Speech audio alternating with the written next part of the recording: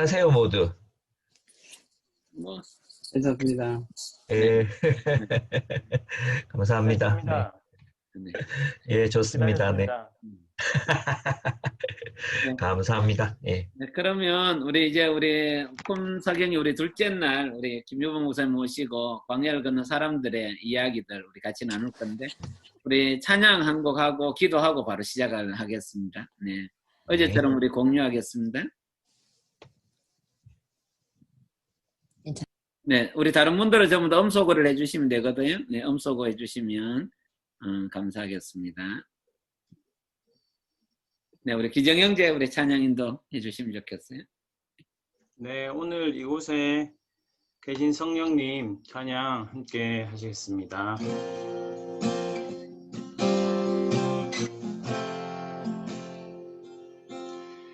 오늘 이곳에 계신 성령님 우리에게 말씀하시고 우리를 가르치소서. 같이 우리 맘 열어주시고 주의 빛으로 밝혀 우리를 인도하소서. 주님보다 앞서지 않고 겸손하게 주님의 말씀 기다리리.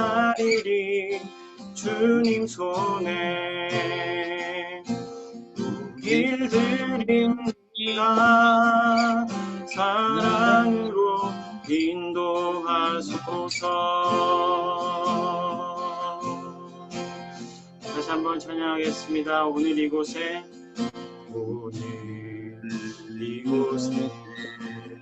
계신 성령님 우리에게 말씀하시고 우리를 가르치소서.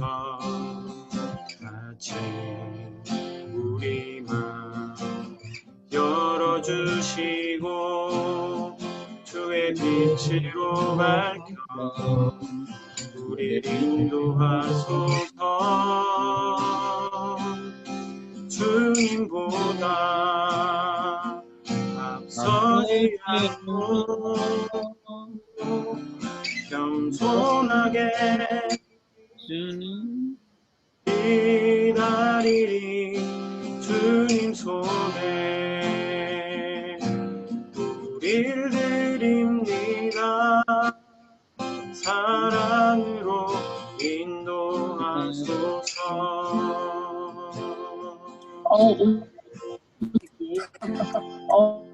목소리가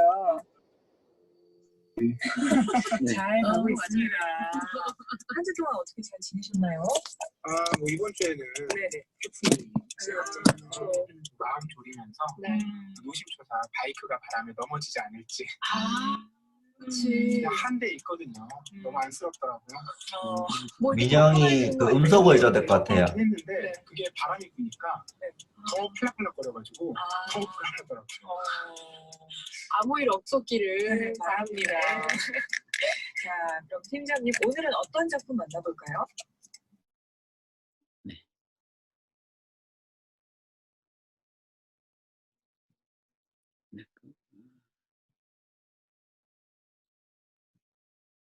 네, 우리 중간에 그런데 우리 성원 형제 우리 기도 좀 기도해 주시면 좋겠습니다. 김성원 형제. 네. 기도하시겠습니다. 살아계셔서 우리 안에 역사하시는 하나님 아버지, 오늘 이렇게 풍문교회 사경의 두 번째 밤으로 우리를 불러주셔서 너무나 감사를 드립니다. 이제껏 겪어보지 못한 시대에 경험하지 못했던 새로운 방법으로 이렇게 공동체가 소통하게 해주시니 참으로 감사를 드립니다. 우리의 몸은 멀리 떨어져 있으나 마음은 사경회를 기대하며 오히려 더욱 하나가 되어가는 것을 느끼게 해주시니 참으로 감사를 드립니다. 어제는 김영구 목사님을 통해 코로나 시대의 진정한 공동체를 깨닫게 해주셨습니다. 보이지 않아도 역사하시는 그리스도를 믿고 사랑과 섬김으로 하나님을 드러냈던 초대교회 성도들처럼 후문교회도 코로나19로 어려운 시대에 우리의 신앙을 지키게 도와주시옵소서. 또 지체들을 사랑함과 섬김으로 하나 되는 공동체를 만들어갈 수 있도록 도와주시옵소서. 사경회를 통해 말씀을 사모하는 마음을 회복시켜 주시고 세밀하게 우리를 돌보시는 하나님을 만나게 도와주시옵소서. 우리가 어찌할 수 없는 상황들을 하나님께 맡기고 우리 안에 성령님께서 이끄시는 대로 나아가는 품은 교회 되게 도와주시옵소서. 광야를 걷고 있는 그대에게라는 제목으로 오늘 말씀을 전하실 김유봉 목사님에게 하나님의 능력의 말씀이 함께하길 기도합니다. 이 시대를 살아가는 우리에게 특히 광야를 걷게 될 품은 교회에게 주시는 하나님의 메시지가 되기를 기대합니다. 늦은 시간에도 함께하는 가정들과 청년들을 돌보아 주시옵소서. 이 시대가 그리스도를 닮기를 원하는 우리에게 시련과 고통이 될지라도 크신 하나님께서 우리에게 이미 주셨던 은혜를 기억하고 주님만을 따라가길 원합니다. 사경회를 통해 우리 마음이 주님께만 집중되어지길 기도합니다. 이 모든 말씀 세상의 주인 되신 우리 예수 그리스도 이름으로 기도드립니다. 아멘.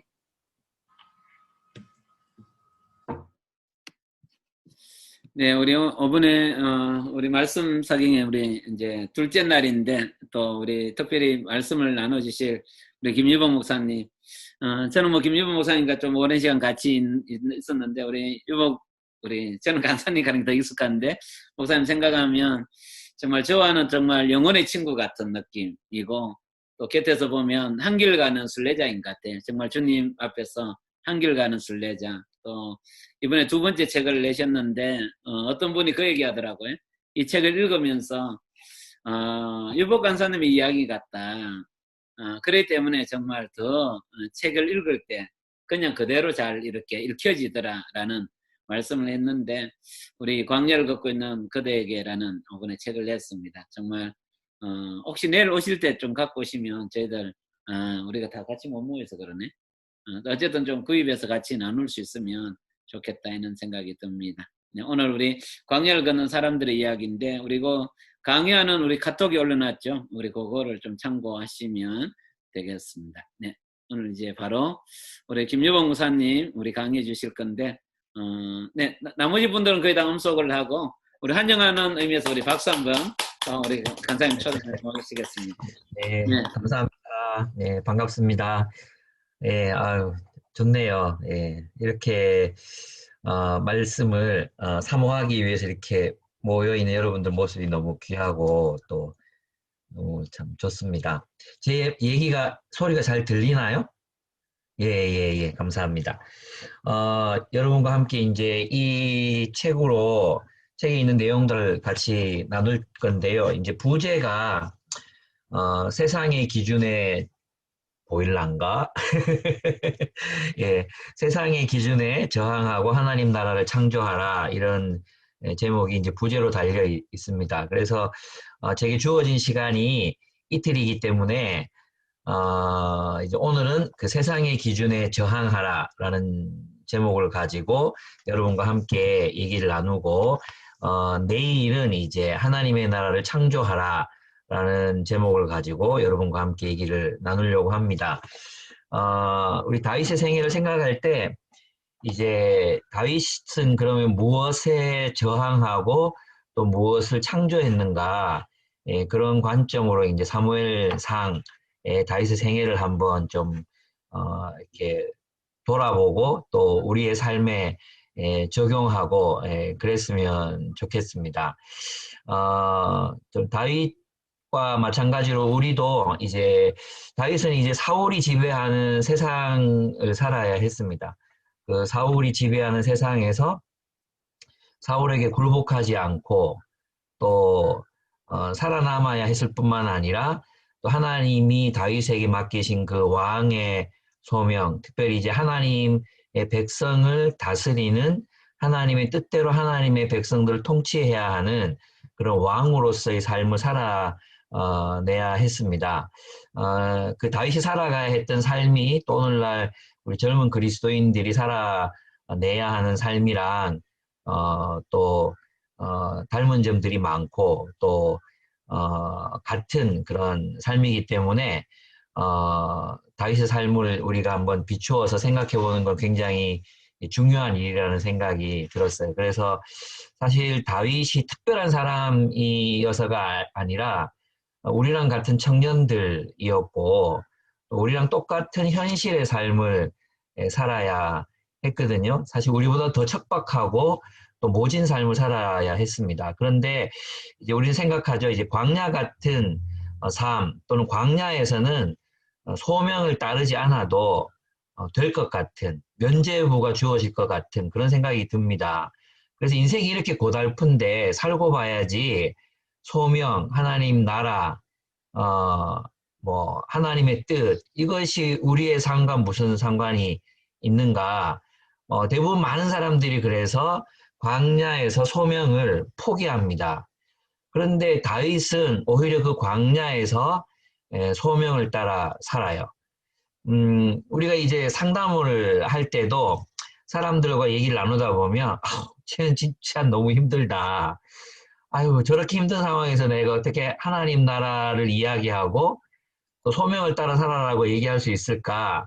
그런 마음이 들 때가 사실 많습니다. 그렇지 않습니까? 그래서 타협하고 싶은 얘기를 들려주고 싶어요. 그래, 너는 좀 그냥 살아라. 대충 살아도 하나님 이해하실 것 같다. 이런 생각들을 가끔씩 하게 됩니다. 그런데 이제 하나님이 다윗을 광야로 내보내시고 광야에서 살아갔던 삶을 보면 타협이 없었습니다. 예. 다윗은 철저하게 그 광야에서도 왕으로서의 삶을 살아냅니다. 왕좌에 오르지 못했지만 그는 광야에서 왕의 삶을 살아냈습니다. 오늘날 청년들에게도 똑같은, 오늘 우리 그리스도인들에게도 청년뿐만 아니라 모든 그리스도인들에게도 똑같은 과제가 주어져 있다고 생각해요. 우리가 살아가는 이 삶, 앞으로 더 힘들어질 것 같아 보이는 이런 광야와 같은 삶 속에서 우리는 어떻게 그리스도인으로 살아낼 수 있을 것인가 하는 숙제가 이제 우리에게 주어지는 것입니다.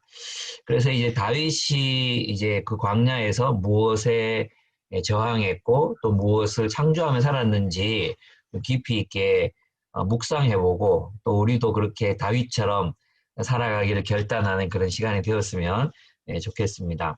아멘. 먼저 이제 다윗의 삶을 보면 첫째로 이제 그는 세상의 규정에 저항하는 삶을 살았습니다. 마찬가지인데 일단 우리가 이제 세상이 우리를 무엇이라고 규정할 때 그 규정에 저항하는 삶을 살아야 합니다. 그 규정에 순응하면 안 됩니다. 먼저 다윗을 보면 그는 가정에서 굉장히 하찮은 취급을 받았어요. 그 사무엘이 이제 사울을 대체할 왕을 찾아서 이제 기름을 붓기 위해서 다윗의 동네로 왔잖아요. 그래서 이제 아들들 다 불러 모으라고 이제 이야기를 했는데, 그 다윗만 쏙 빠집니다. 그래서 이제 엘리압부터 시작해서 이제 다 이제 기름을 부으려고 준비를 했다가 하나님께서 모두 다 아니라고 말씀하시거든요. 그때 이제 사무엘이 이제 다른 이가 없느냐 이렇게 물었을 때, 아버지가 이렇게 이야기해요. 막내가 있다고, 막내가 양치러 갔다고 얘기를 하거든요. 근데 그 막내라는 뜻이 하카톤이라고 하찮은 이라는 뜻입니다. 하찮은 이. 그리고 이제 양을 치는 일은 집안에서 보통 그렇게 중요하지 않은 사람이 양을 쳤습니다. 그래서 이제 다윗은 가정에서 굉장히 하찮은 이 취급을 받았습니다. 있으나 없으나 아들도 아닌. 그래서 보면 이제 시편에 보면 다윗이 자기 집안에서 위치를 가늠할 수 있는 말을 하는데 그게 뭐냐 하면 부모도 나를 버렸으나 이렇게 얘기해요. 부모도 나를 버렸으나 이렇게 얘기하거든요.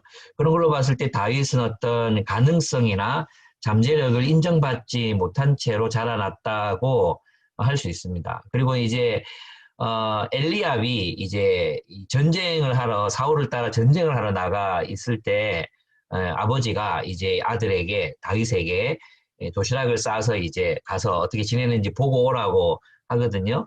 근데 큰형 엘리압이 다윗을 만나자마자 뭐라고 하느냐면 아니 네 양 떼는 어떻게 하고 전쟁이나 구경하러 나왔느냐? 나는 너의 교만함을 안다. 그렇게 얘기를 해요.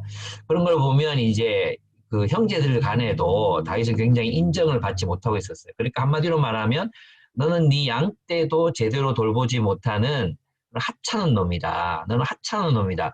그러니까 다윗이 어릴 때부터 들었던 이야기가 뭐였냐면 이제 그냥 이게 녹화 중이구나.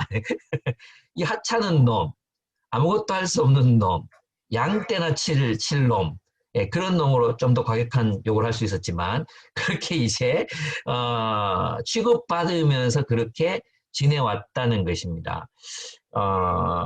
그런데 이제 사울은 그를 어떻게 취급합니까? 예, 제 쉬리가 부르지 않을 때 가끔씩 대답을 해가지고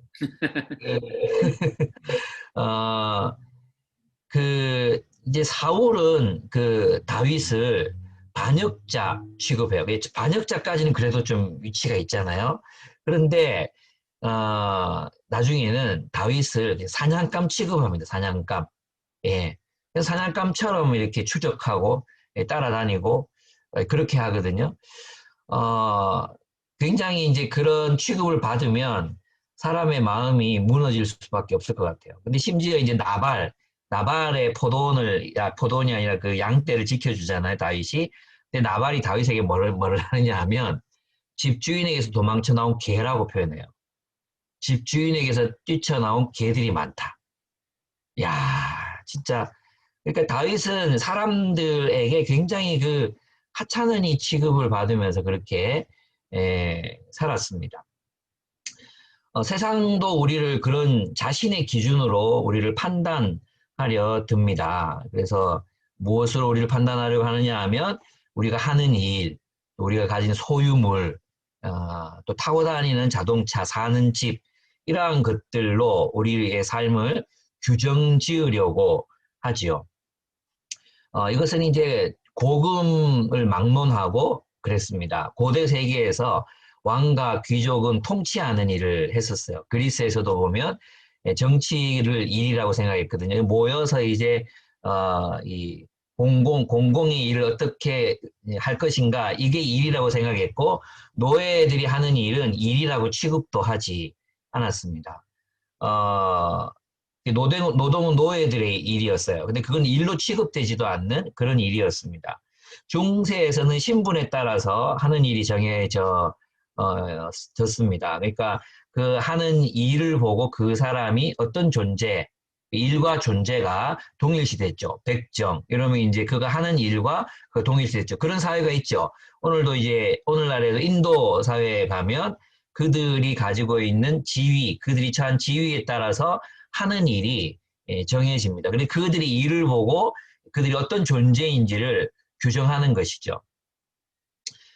우리 사회는 어떻습니까? 이제 대부분의 사회는 자본가에게 선택된 사람들과 선택되지 못한 사람들로 성공과 실패의 기준이 정해집니다. 대기업에 들어간 사람, 선택받지 못한 들어가지 못한 사람, 들어가기 위해 준비하는 사람, 들어가지 못한 사람. 이런 식으로 자본가들에게 선택을 받은 사람들이 축하의 박수가 보내지지만 자본가들의 선택을 받지 못한 사람들에게는 위로가 전해지는 그런 시대를 살아가고 있습니다. 이거 모든 누가 만들었습니까? 세상의 기준입니다. 그래서 세상의 기준에 따라서 사람들은 자신을 루저 혹은 갖지 못한 사람 또는 실패자 또는 성공한 사람 또는 이룬 사람과 이루지 못한 사람 그런 것들이 나누어지는 시대에 살고 있습니다. 그런데 이제 이러한 유혹들, 자기 자신을 세상의 기준에 따라서 평가하고 살아라 이런 유혹들은 우리 모두가 그래서 이제 교회에 와서도 있잖아요. 사람들이 자기가 변변치 못한 소위 세상에서 말하는 변변치 못한 직업, 계약직이라든지 기간제라든지 또는 뭐 페이가 낮은 직업이라든지 또 아르바이트라고 불리우는 그런 일이라든지 이런 것들을 하면 교회에 와서도 자존감이 낮은 상태에서 다른 사람들을 대할 때 위축돼 있어요. 그게 뭐예요? 그게 우상숭배예요. 그게. 또 교회 와서도 돈 좀 버는 사람도 어깨에 힘주고 다니죠. 뭔가 자존감이 높아지는 거예요. 그래서 여기서는 내가 정규직이고 연봉을 얼마 받는 직장을 다니고 이러한 것으로 자기 자신의 자존감을 가지는 이 모든 일들은 사실은 우상숭배에 가까운, 왜냐하면 월터 브루그만이 뭐라 그랬냐 하면 우상숭배란 세상이 보는 방식대로 세상을 보고 보는 것이라고 했거든요. 세상이 보는 방식대로 자신을 보는 것, 그게 바로 우상숭배적 관점으로 자기 자신을 보게 되는 것이라는 것입니다. 이스라엘도 똑같은 유혹을 받았어요. 그게 무엇이었냐 하면 이집트에서 이제 노예로 전락하잖아요. 흉년 때문에 잠시 살러갔던 이집트에서 이제 오랫동안 400년을 살면서 그들은 이제 왕이 바뀌면서 이제 노예로 전락하게 됩니다. 그때 이제 모세가 그들을 데리고 이제 나오려고 계획을 짜고 이제 파라오가 뭐라고 얘기를 하느냐 하면 우리가 섬기는 신 여호와를 예배하기 위해서 광야로 나가겠습니다라고 얘기를 해요. 그러니까 이제 모세는 이스라엘 백성들의 정체성을 무엇으로 여기고 있습니까? 우리는 하나님을 예배하는 민족입니다. 우리는 여호와 하나님을 섬기는, 여호와 하나님을 따르는 사람들입니다. 이게 이제 모세가 생각한 이스라엘의 정체성이에요. 그죠? 그런데 파라오가 그들에게 뭐라고 말하느냐 하면 너희는 가서 너희의 노역이나 하라 이렇게 말해요. 무슨 말이냐 하면 너희는 이집트가 규정한 대로 이 나라의 노예들이다. 이집트를 위해 봉사하고 이집트의 번영을 위해서 뼈 빠지게 일하다가 죽어야 되는 노예들이다. 너희가 무슨 신을 예배한다고 말하느냐? 너희는 예배자가 아니야. 너희는 하나님의 백성이 아니라 너희는 노예야. 이게 바로 이집트가 이스라엘 백성들에게 심어주고 싶었던 정체성이었다는 거예요. 거기에 대해서 이제 모세와 하나님은 저항하시죠. 이집트의 규정에 저항하십니다. 그것이 아니라 우리는 저 광야로 나가서 하나님이 통치하시는 정의와 공의의 나라를 세울 민족, 이 새로운 나라를 시작해야 하는 그런 새로운 민족, 새로운 나라가 되어야 할 존재다. 그것이 바로 모세가 생각했던 이스라엘 백성의 새로운 정체성이었어요. 그래서 있잖아요. 이 정체성을 이스라엘 백성들이 새로운 이 정체성을 가지기가 굉장히 어려웠어요. 그래서 장로들이 뭐라고 말합니까?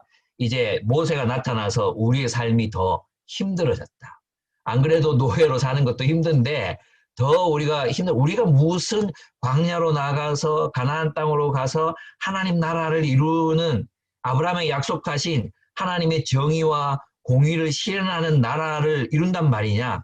인류를 새롭게 하고 인류의 빛이 될 나라를 우리가 세운단 말이냐. 개꿈 집어치우고 우리 그저 여기서 평안하게 살란다. 너희들 사라져 달라. 이렇게 얘기하는 거예요. 그러니까 그게 뭐예요? 세상이 규정하는 대로 자신을 보는 거예요. 세상이 말하는 대로 자신을 보는 거예요. 이게 우상숭배라는 것입니다. 근데 모세는 그러지 말아라. 우리는 그런 존재가 아니라는 거예요.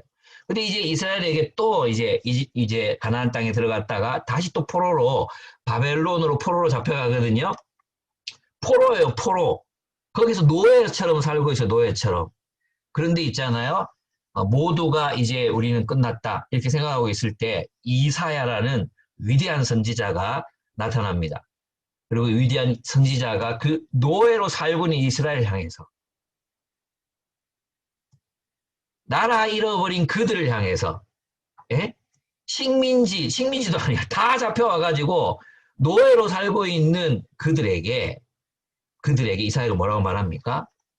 너희는 바벨론의 노예가 아니라 세상을 비출 세상의 빛이다. 열방을 하나님께로 이끌 길이다. 너희는 하늘에 빛나는 별이 될 것이다. 그러니까 여기서 너희는 노예로 살다가 노예로 죽을 생각을 하면 안 된다.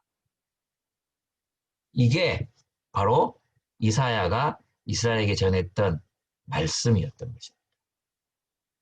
그러니까 여러분 우리가 세상의 기준으로 우리 자신을 보면 되겠습니까? 예?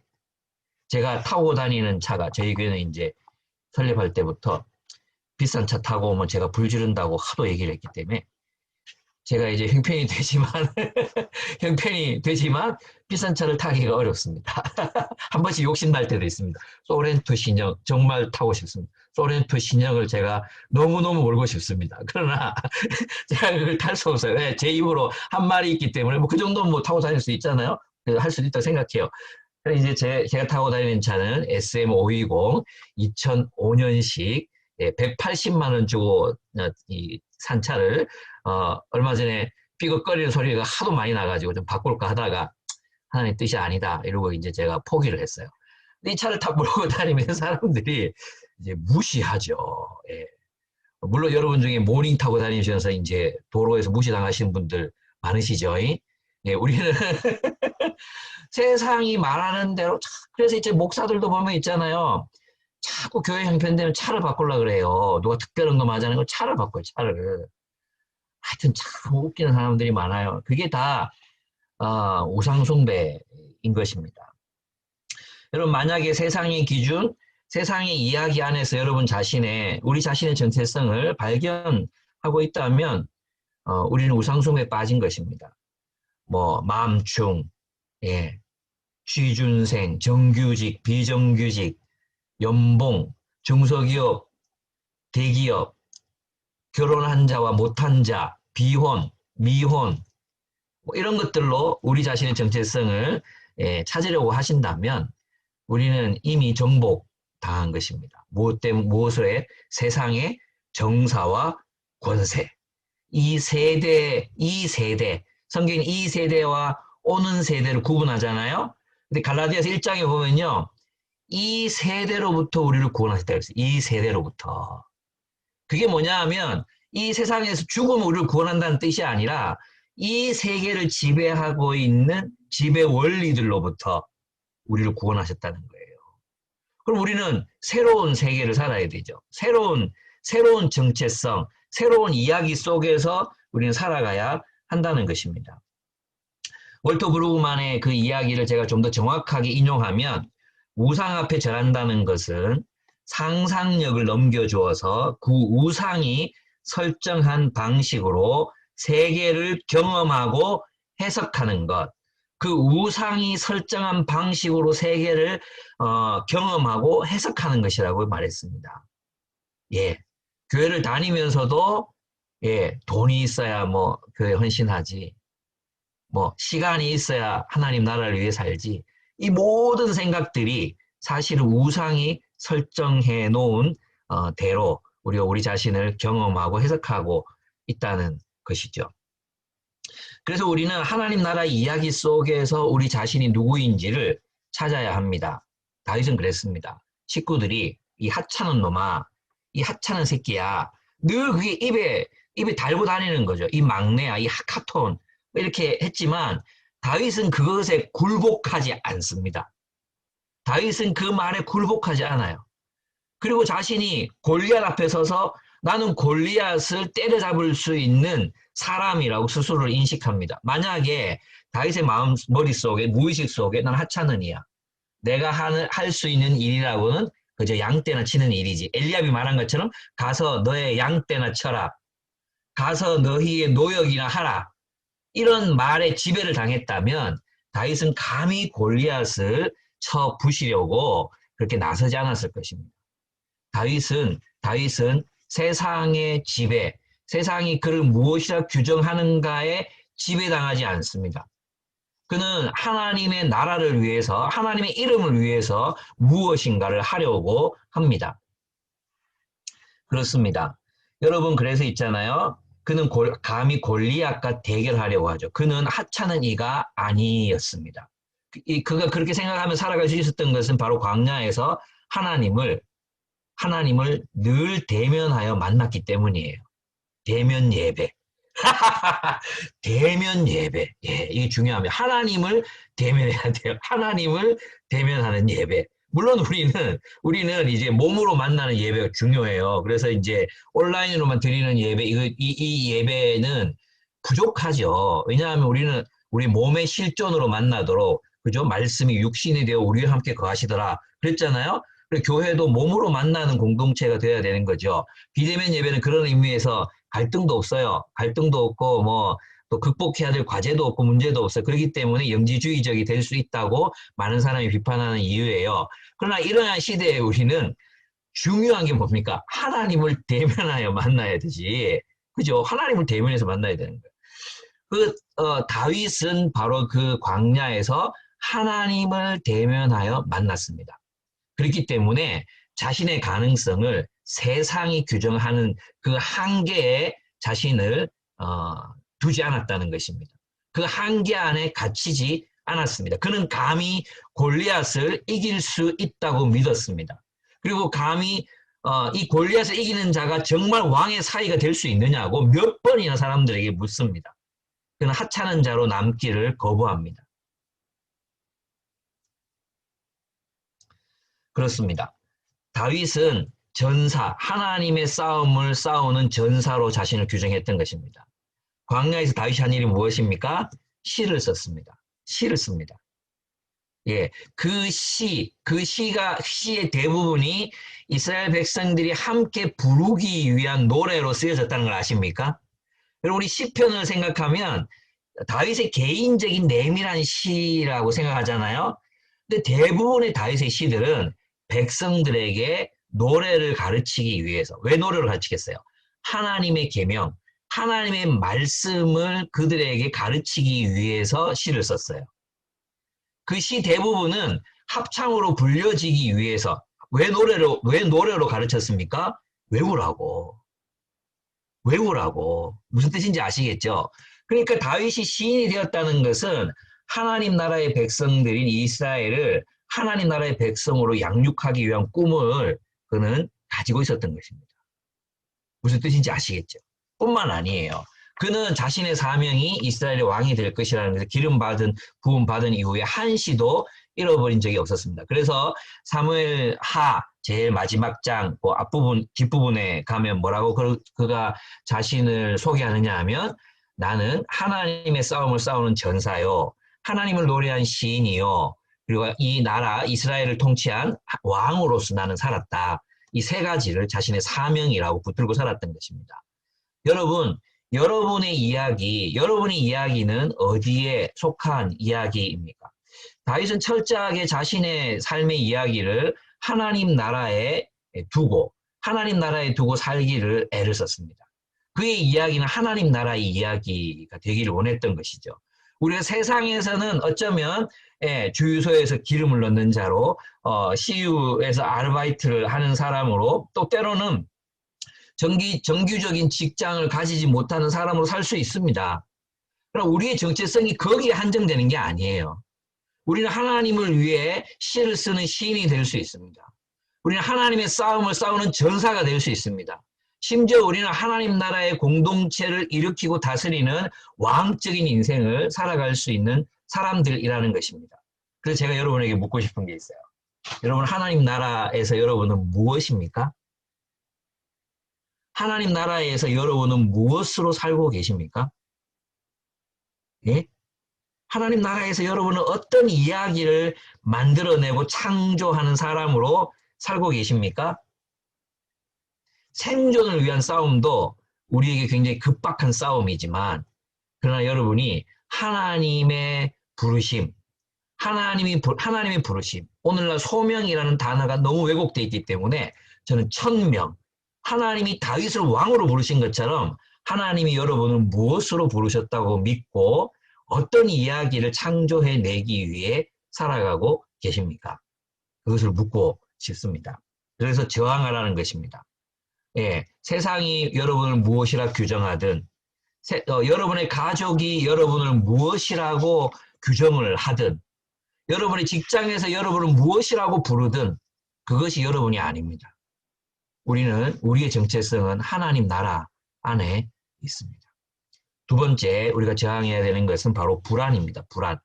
불안의 지배에 저항하라. 예, 여러분, 우리 인생을 살아가면서 굉장히 불안하시죠? 예. 코로나가 이게 진짜 말이야. 이게 끝날 줄 알았는데. 대구가 계속 0명이었어요. 0명. 계속 0명이었어요. 근데, 정말 제 마음에 막 분노와 증오와 미움이 막 이렇게 끓어오르거든요. 그냥 죽었으면 좋겠다. 이런 생각도 들고, 막. 별희한한 생각들이 다 들거든요. 근데 이제 이런 사태를 좀 겪으면서 우리 교회에서도 이제 한 달 월급을 못 받은 사람이 막 생기고, 또 이제 뭐 하려고 했던 이런 일들이 좌절되고, 강의 나가야 되는데 강의를 못 나가고, 막 사업들이 멈추고 막 이러니까 자, 얼마나 화가 나는지 모르겠어요. 근데 이 당사자들을 생각해 보면 당사자들은 얼마나 또 마음이 힘들겠습니까? 불안하겠습니까? 그래서 있잖아요. 가끔씩 우리의 삶을 이렇게 들여다보면 소명이 우리의 삶을 이끌어가는 게 아니라 불안이 우리의 삶을 추동할 때가 있다는 거예요. 근데 그럴 때가 있다. 이건 사실 제가 굉장히 완화시킨 표현이죠. 사실 대부분의 사람들은요. 불안을 제거하기 위해서 살지 소명을 위해서 살지 않습니다. 노후에 얼마가 있어야 된다. 그거 모으기 위해서 사는 거예요. 여러분 보험 있잖아요.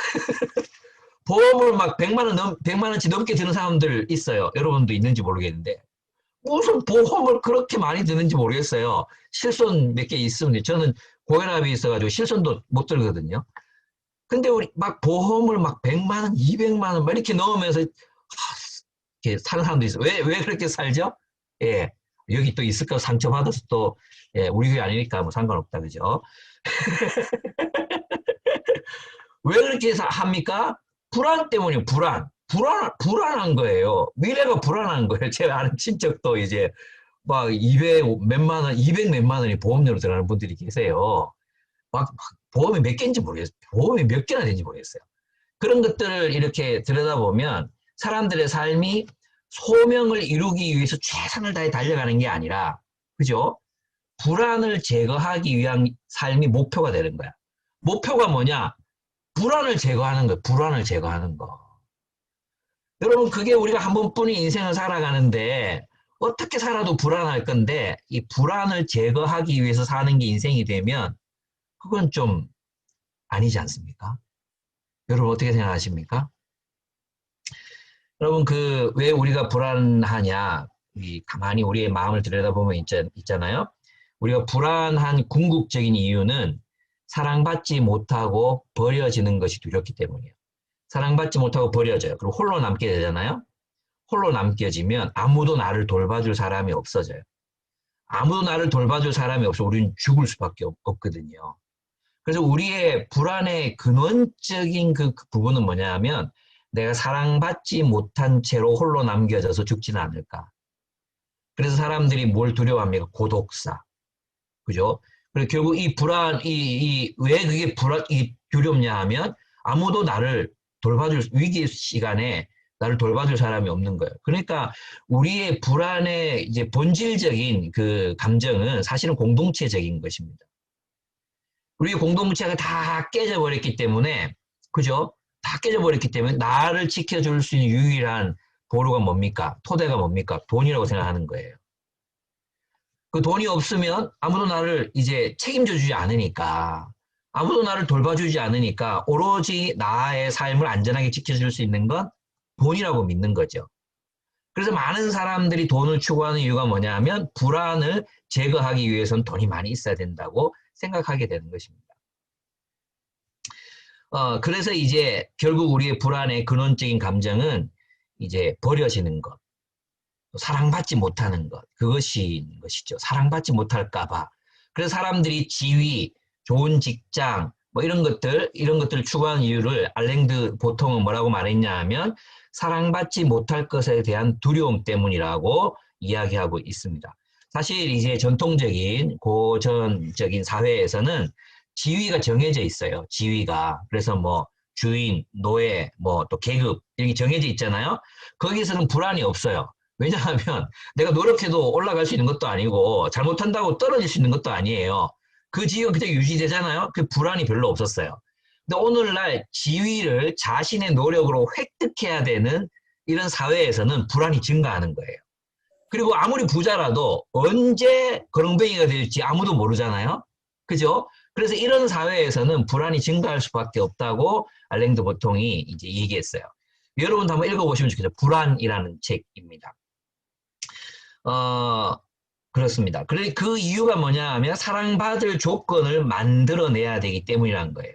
그런데 이제 오늘날 같은 이제 이런 시대, 속물 사회, 이 속물이 뭐냐 하면 있잖아요. 속물의 정의가 뭐냐 하면 한 가지 기준으로 사람을 판단하고 줄 세우는 것을 속물 사회라고 그래요. 그래서 이제 보면 한 사람이 가지고 있는 이제 능력이라는 게 능력이나 장점이나 자질이라는 것이 한 가지가 아니잖아요. 내가 일을 좀 못하더라도 인격이 훌륭할 수 있어요. 그죠? 노래를 잘할 수 있어요. 그죠? 또는 뭐 시를 잘 쓰는 사람일 수도 있어요. 웃기는 사람일 수도 있어요. 과거에는 사람의 전체적인 면을 보고 한 사람을 판단했거든요. 근데 오늘날 사회에서는 한 가지 기준으로 판단을 하는 거예요. 돈이에요, 돈. 또 어떤 사람들을 속물이냐 아니냐 어떻게 판단하느냐 하면 외모로 사람을 딱 줄 세우는 사람도 있어요. 외모로. 그죠? 속물이에요. 남자를 키로 키로 판단하고 이렇게 줄 세우는 사람들이 있어요. 예, 속물이에요, 속물. 예, 여러분의 속물 근성을 드러내지 마세요. 예, 사람들이 타고 다니는 차로, 그죠? 그걸로 또 사람들을 줄 세우는 사람. 이런 사회를 속물 사회라고 하는 거예요. 특별히 우리 아이들 보면은 이제 뭐 저는 LH만 살아도 참 부자라고 생각하는데, 그죠? 뭐 엘사, LH 사는 뭐 거지, 뭐 이런 식으로 표현하잖아요. 예, 이런 어떤 그 사람을 이제 한 가지 기준으로 줄을 세우는 사회를 속물 사회라고 하거든요. 근데 이 속물 사회에서는 불안이 더 증가할 수밖에 없대요. 왜냐하면 사랑받을 수 있는 조건이 하나밖에 없어. 사랑받을 수 있는 조건이 하나밖에 없는데 그 하나가 없어지면 사랑받지를 못하잖아요. 그러니까 불안이 증가할 수밖에 없다 이렇게 이야기합니다.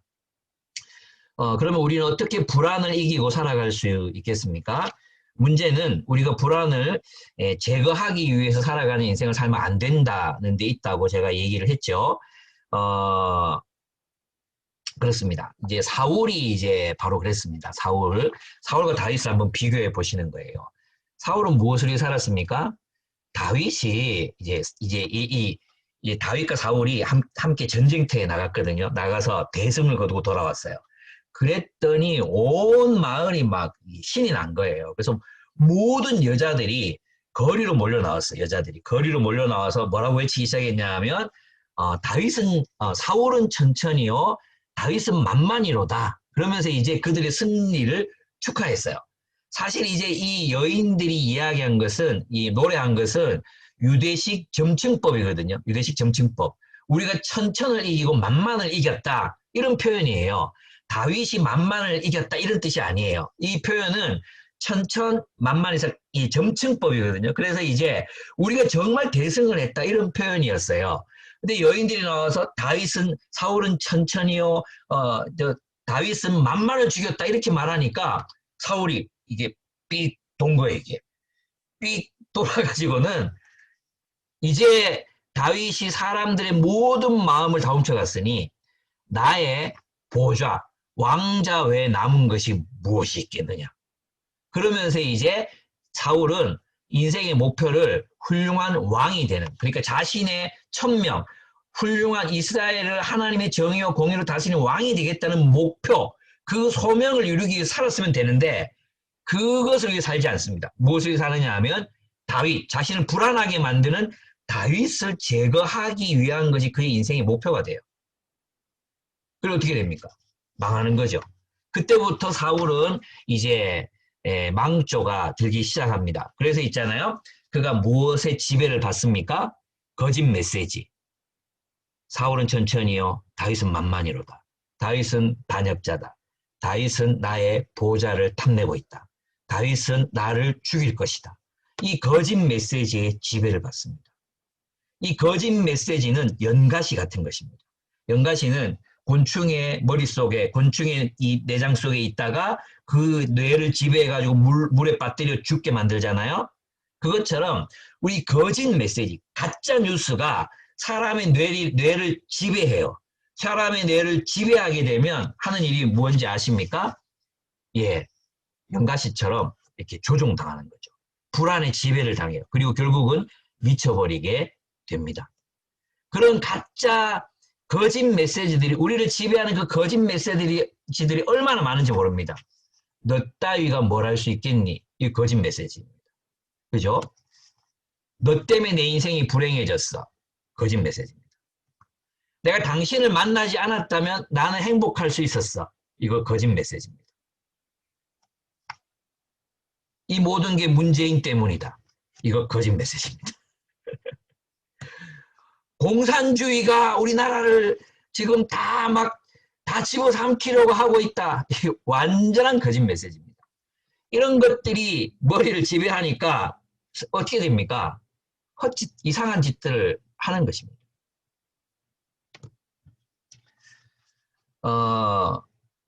다윗이 사라지면 사울의 불안이 사라질까요?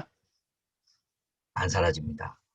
다윗의 자리에 누군가가 또 올라옵니다. 아마 그가 요나단이었으면 사울은 요나단도 죽였을 것입니다. 예. 그래서 있잖아요. 불안을 제거할 수 있는 이 불안은 있잖아. 우리 마음속에 있는 그 불안, 이 불안을 제거할 수 있는 사람은 자기 자신밖에 없습니다. 어떨 때 이 불안이 사라지는지 아십니까? 하나님 안에 있을 때 이 불안이 사라집니다. 다시 말하면 여러분의 이 의식과 무의식을 하나님의 말씀이 지배하게 해야 합니다. 우리 안에 들어있는 이 거짓 메시지를 몰아내고 이 어둠을 몰아내고 하나님의 빛 대신 진리가 우리의 이 의식과 무의식을 지배할 때 우리는 불안을 몰아낼 수 있습니다. 예, 제가 이제 한번 그 대전에 수련회를 갔다가 제가 말씀을 전하는데 자꾸 말씀 도중에 짖는 애가 있었어요. 그러니까 진짜 문자 그대로 짖는 거예요. 내가 말씀을 하고 이제 여러분 그렇지 않습니까? 이러면은 다른 사람 아멘 하잖아요. 근데 얘는 컹컹 그러는 거예요. 그래 나중에 이제 나중에 설교를 다 마치고 기도를 시켰는데 얘가 막 와와와와와와와 개 짖는 소리를 막 하는 거예요. 개 짖는 소리를. 내가 얼마나 놀랐겠습니까? 근데 이 왈왈왈왈 멈추지가 않아요. 기도를 하는데 막 왈왈왈왈 그러는데 와 미치겠더라. 나중에 이게 자기도 조절이 안 되는 거예요. 이게 저절로 있잖아요. 마치 그 뭐라 그러지 틱 현상처럼 왈왈왈왈 알고 보니까 귀신이 된 거예요. 귀신이. 저도 그런 사람 처음 봤어요. 내가 이거 한 번도 경험해 본 적이 없잖아요. 그때 이제 이견호 목사님께서 그때 한참 이제 성령 운동, 은사 운동 이런 거 막 하실 때였는데 제가 전화를 걸었죠. 이걸 내가 지금 솔직히 내가 기도한다고 나갈 것 같지도 않고 이거 어떻게 하면 좋을지 모르겠다. 그러니까 이제 하시는 말씀이 뭐였냐 하면 참 지혜롭게 말씀해 주셨는데 거기에 온 스태프들이 다 붙들려가지고 막 예수의 이름을 명하는 쫓아내라고 거기에 몰려가지고 이 한 사람 붙들고 막 온 스태프들이 다 집중하고 있으니까 수련회가 엉망이 되잖아요. 이렇게 하지 말고 빛이 들어가면 어둠 물러간다. 그냥 계속 말씀을 전하시라. 그래서 이제 제가 그냥 말씀을 전했어요. 그랬더니 처음에는 있잖아요. 와 이렇게 짖던 애가 마지막 날에는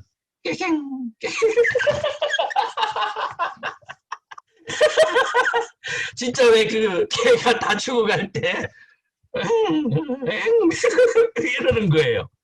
그리고 3년 후에 제가 그 대전 지방을 갔는데 얘가 대표를 하고 있더라고요. 대표를. 놀랍죠?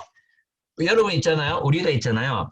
하나님의 말씀에 사로잡히지 않으면 우리의 마음은 항상 거짓 메시지에 사로잡힙니다. 내가 이렇게 불행한 이유는 누구 때문이고 누구 때문에 내가 이렇게 불행해졌다. 그게 꽉 사로잡혀 있는 거예요. 그리고 나는 내 인생 너무 불안하다. 나 혼자인데 돈이 없으면 이거 좀이라도 못 모아놓으면 하나님 나라에 이렇게 섬길 여유가 없다. 이 거짓 메시지입니다. 불안이 여러분의 인생을 지배하도록 내버려 두시면 안 됩니다.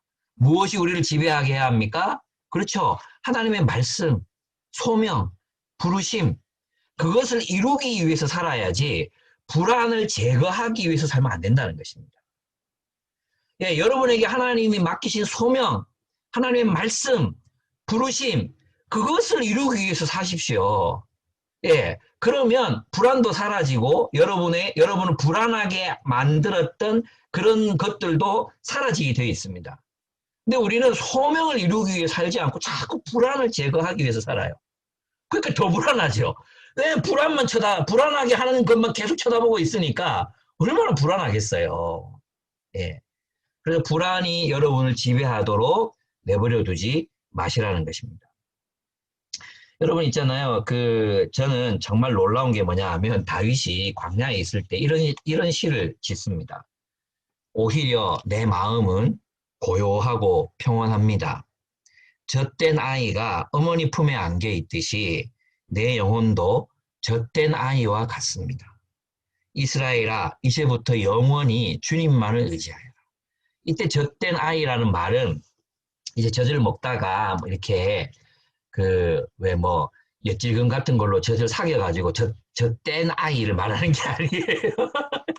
그 젖된 아이는 평온하지 않습니다. 그 젖된 아이는 미칩니다. 막 밥 달라고 배고프다고 막 잠도 안 자고 옵니다. 그죠? 그런 젖된 아이를 얘기하는 게 아니고 이때 젖된 아이는 배부르게 먹고 어머니의 젖을 배부르게 먹고 어머니 품에 탁 안겨 있는 그 아이를 말하는 거예요. 여러분 그 아이를 보신 분들 계시죠? 어떻게 표현해야 될지 모르겠어요. 그 평온하고 정말 막 너무나도 그 사랑스러운 그 얼굴로 그때 여러분 생각하시잖아요. 내가 이 아이를 위해서 죽어도 좋겠다 이런 생각하시죠? 그죠? 근데 잠 깨면 마귀야. 잠이 깨면 마귀가 되는데 하여튼 그 순간 젖을 물고 이제 배부르게 먹었을 때 그 평안하게 누워있는 그 아이의 모습 진짜 그 천사죠. 천사.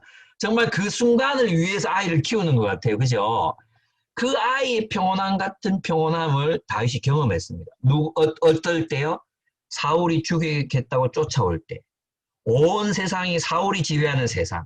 다윗을 발견하는 사람마다 밀고 하고 그를 죽이라고 고발하는 사람들이 가득한 세상 속에서 그는 평온함을 누렸다는 것입니다.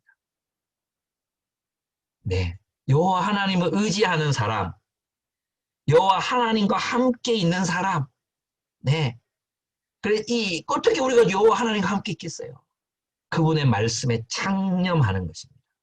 그러지 않으면 세상의 가치들이 우리의 마음속으로 연가시처럼 거짓 메시지들이 우리의 영혼을 침투해 들어오기 시작합니다. 하나님의 말씀 안에서 그분의 사랑을 만끽하셔야 됩니다. 그래서 이 시편 26편 3절에 보면 나는 주님의 한결같은 사랑을 늘 바라보면서 그게 끝이 아니에요. 주님의 한결같은 사랑을 늘 바라보면서 주님의 진리를 따라 살았습니다. 주님의 한결같은 사랑을 바라보면서 주님의 진리를 따라서 살았습니다. 이것이 다윗이 그 불안한 상황 속에서도 불안에 지배당하지 않은 채로 살아갈 수 있었던 이유입니다. 여러분, 우리는 불안에 지배당하지 맙시다. 불안에 쫓겨 살지 맙시다. 불안을 제거하기 위해 우리의 인생을 탕진하지 맙시다. 소명을 이루기 위해 살아갑시다. 예, 어차피 한 번 사는 인생인데, 그죠? 내가 주를 위해서 받은 그 소명, 그걸 이루기 위해서 하나님 나라 이야기 그거 한번 살아보고 싶다는 마음으로 그렇게 최선을 다해서 살아갔으면 좋겠어요. 저희 이제 뭐 부끄럽지만 제 인생을 잠깐 얘기 드리면 그랬던 것 같아요. 이제 간사로 사는 게 얼마나 불안합니까? 저는 간사 사실 이제 요즘 이제 뭐 하여튼 이상한 얘기들이 많이 들려오고 그러는데 저는 퇴직금 내놓으라고 얘기도 하고 싶을 때도 있고 저는 스터디 리브도 안 갔거든. 스터디 리브. 예, 이제 공부하러 3년 동안 그거 안 갔거든요. 그리고 초창기 한 1년 차에서 한 7년 차까지는 월급을 반도 못 받았던 것 같아요. 3년 동안 한 푼도 못 받았고, 그 다음에 이제 군대 갔다 와서 이제 뭐 한 50만 원씩 받고 뭐 일을 했는데, 아내가 일을 하고 그랬죠. 그랬는데, 그때 생각해보면 제가 불안했을까요? 신기하게도 그때 한 번도 불안을 느껴본 적이 없어요. 제가 이제 단순한 게 저의 이제 장점인데, 그게 너무 감사해요. 진짜 그 시간을 생각하면, 이렇게 살다가 내가 굶어 죽는 거 아닌가? 우리 식구들 뭐 먹고 살지? 이런 생각 할 법도 한데, 그 시기에 제가 한 번도 그런 생각 안 해본 것 같아요. 왜 그랬을까 생각해보면, 소명을 이제 위해서 달려갔기 때문이 아닌가 이런 생각이 들어요. 그리고 그렇게 살았잖아요. 근데 지금 이렇게 돌아보면 제 인생이, 정말 너무 감사한 게, 충만했어요. 풍성했어요. 정말 부자로 살았어요. 나보다 더 부유하게 산 사람이 있었을까 싶을 정도로 정말 행복하게 살았어요. 지금도 그렇거든요. 지금도 이제 그래요. 지금도 함께 동력하는 사람들과 또 우리 신흥종 간사님 같은 친구, 또 이gen호 간사님 같은 친구, 이런 친구들과 함께 또 새롭게 만나고 또 저희 지방에 또 목사님들 계시거든요. 이런 친구들. 그분들과 함께 말씀을 연구하고 나누고 또 그렇게 살아가려고 애를 쓰고 이렇게 살아가는 삶 얼마나 행복한지 모르겠습니다. 우리 불안에 쫓기지 맙시다. 그리고 소명을 따라 살아갑시다. 세 번째 우리가 저항해야 되는 것은 바로 세상이 정한 싸움의 규칙이라는 것입니다. 이건 이제 여러분 제가 말콤 글래드웰의 다윗과 골리앗이라는 책에서 많은 아이디어를 얻었습니다. 지금 있잖아요. 한국 교회의 패전이 확실시되고 있습니다. 이번 코로나 때 저는 예감했었어요. 많은 분들이 신천지의 정체가 드러났다. 제 존경하는 우리 박영도 목사님, 이영수 목사님께서도 이 기회에 신천지의 그 악함이 드러났다.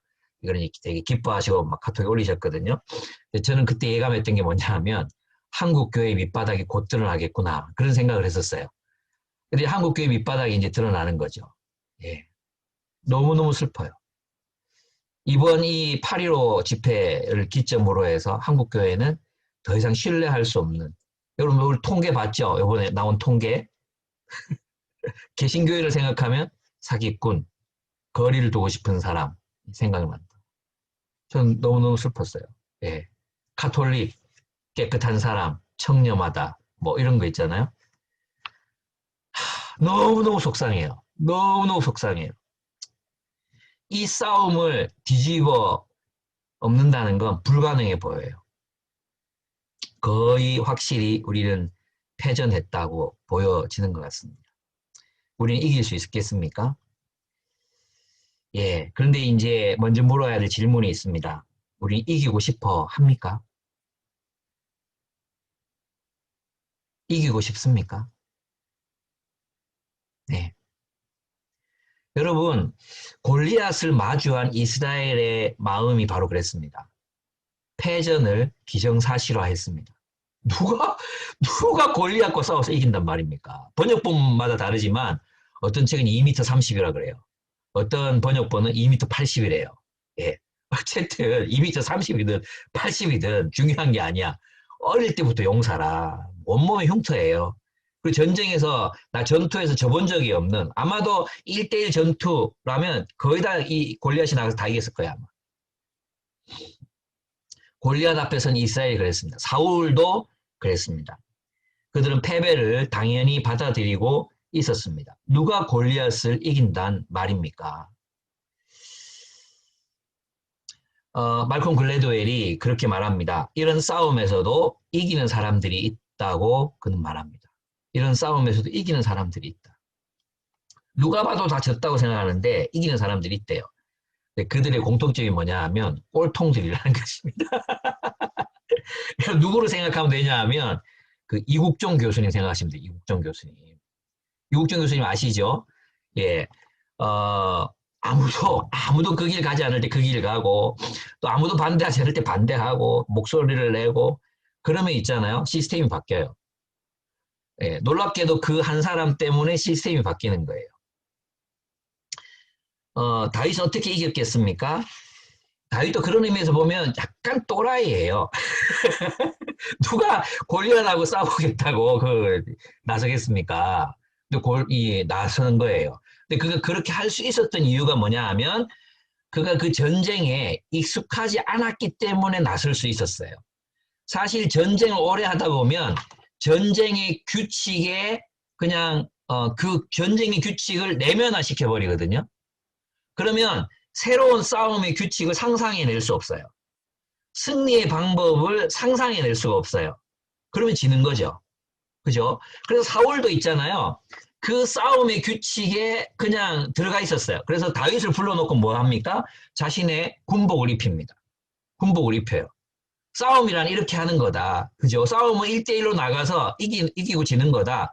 그 싸움의 규칙이 지배당하고 있는 거거든요. 근데 여러분, 우리가 이제 공가공부 책이나 이런 걸 보면 다윗은 꼬맹이로 그려져 있고 골리앗은 어마어마하게 크게 그려져 있잖아요. 근데 사울이 남들보다 이제 이 어깨 하나가 더 있었다 그랬잖아요. 그죠? 그랬는데 사울이 자기 군복을 다윗에게 입혀요. 무슨 말이에요? 다윗이 컸어요. 그 사울의 군복이 다윗에게 맞았다니까요. 예, 안 맞는데 그걸 왜 입히겠어? 아니면 다윗의 옷에 몸에 맞는 그 군복 입은 친구들 불러다가 야, 너 벗어, 얘 입혀봐. 이렇게 되지. 사울이 다윗에게 자신의 군복을 입힌 것은 다윗도 어마어마한 이 몸을 가지고 있는 그런 친구였다는 거예요. 그죠? 그래서 우리가 이거 오해하면 안 돼요. 그런데 다윗은 그 군복을 벗어버립니다. 무슨 말입니까? 그 싸움의 규칙을 받아들이지 않습니다. 그 싸움의 규칙을 받아들이지 않아요. 새로운 싸움의 규칙을 상상해냅니다. 그게 뭡니까? 물매로 조지는 겁니다. 물매로 이게 전쟁하는 거는 고대 사회에서 기마병들이 있잖아요. 기마병들이 이제 진영이 쫙 짜져 있으면 기마병들이 측면을 막 돌아가지고 막 빠른 속도로 돌진해서 이 진을 깨뜨려요. 진을 깨뜨리거든요. 근데 그 기마병들이 막 달려올 때 이 기마병들을 쓰러뜨리는 일을 했던 사람들이 물매병이었어요. 이 고대로부터 있었던 그 군사 기술이에요. 이 물매병들이 그래서 100m 넓이의 먼 곳에서도 동전을 맞추잖아요. 막 돌려가지고 그 사람들을 떨어뜨리는 역할을 했던 사람들이 이 물매병이었어요. 그리고 다윗은 있잖아요. 그 자신이 양을 치는데 이 기술이 별로 필요가 없거든요. 그런데도 이 양을 잡아가려는 짐승들을 잡기 위해서 이 물매 기술을 익혔습니다. 어마어마하게 연습했을 거예요. 어마어마하게. 예, 그 자신이 있었던 거죠. 그래서 옷을 다 벗어버리고 원거리, 모두가 근접 거리에서 UFC 같은 막 근접 이 전투를 생각하고 있는데 가까이 안 가는 거예요. 멀리서 문매를 돌리죠. 그때 아마 골리앗은 예감했을 거예요. 이랬을 거예요. 그죠? 빙빙 돌리더니 팍 던졌는데 골리앗이 이마에 정통으로 맞고 빡 뻗어 버렸습니다. 그리고 칼도 가지고 가지 않습니다. 골리앗의 칼로 그를 못 빼고 죽입니다. 그렇습니다. 여러분, 우리가 이제 그럼 뭘 해야 되느냐? 이 싸움에 승리하기 위해서 해야 되는 게 뭐냐? 첫 번째가 뭐냐 하면 분노하는 것입니다. 분노와 냉소. 오늘 한국 교회의 젊은이들이 가지고 있는 분노가 바로 냉소예요. 냉소가 뭔지 아십니까? 냉소는 분노해야 될 대상을 향해 분노하는 사람들, 분노하고 싸우려고 하는 사람들에게 보내는 차가운 분노가 냉소예요. 싸우려는 사람들, 안 된다. 안 돼. 그들을 향해서 화내는 거죠. 그 엘리압이 다윗에게 가서 네 양떼나 차라. 네가 무슨 골리앗을 이긴다고. 그 다윗을 향한 분노, 그죠? 그게 냉소예요. 냉소. 하나님은 우리에게 분노하는 자, 우리 중에서 분노하는 사람을 찾으십니다. 하나님의 이름이 모욕을 당하는 곳에서 하나님을 위해서 분노하는 사람을 찾으십니다. 냉소하는 자가 아니라.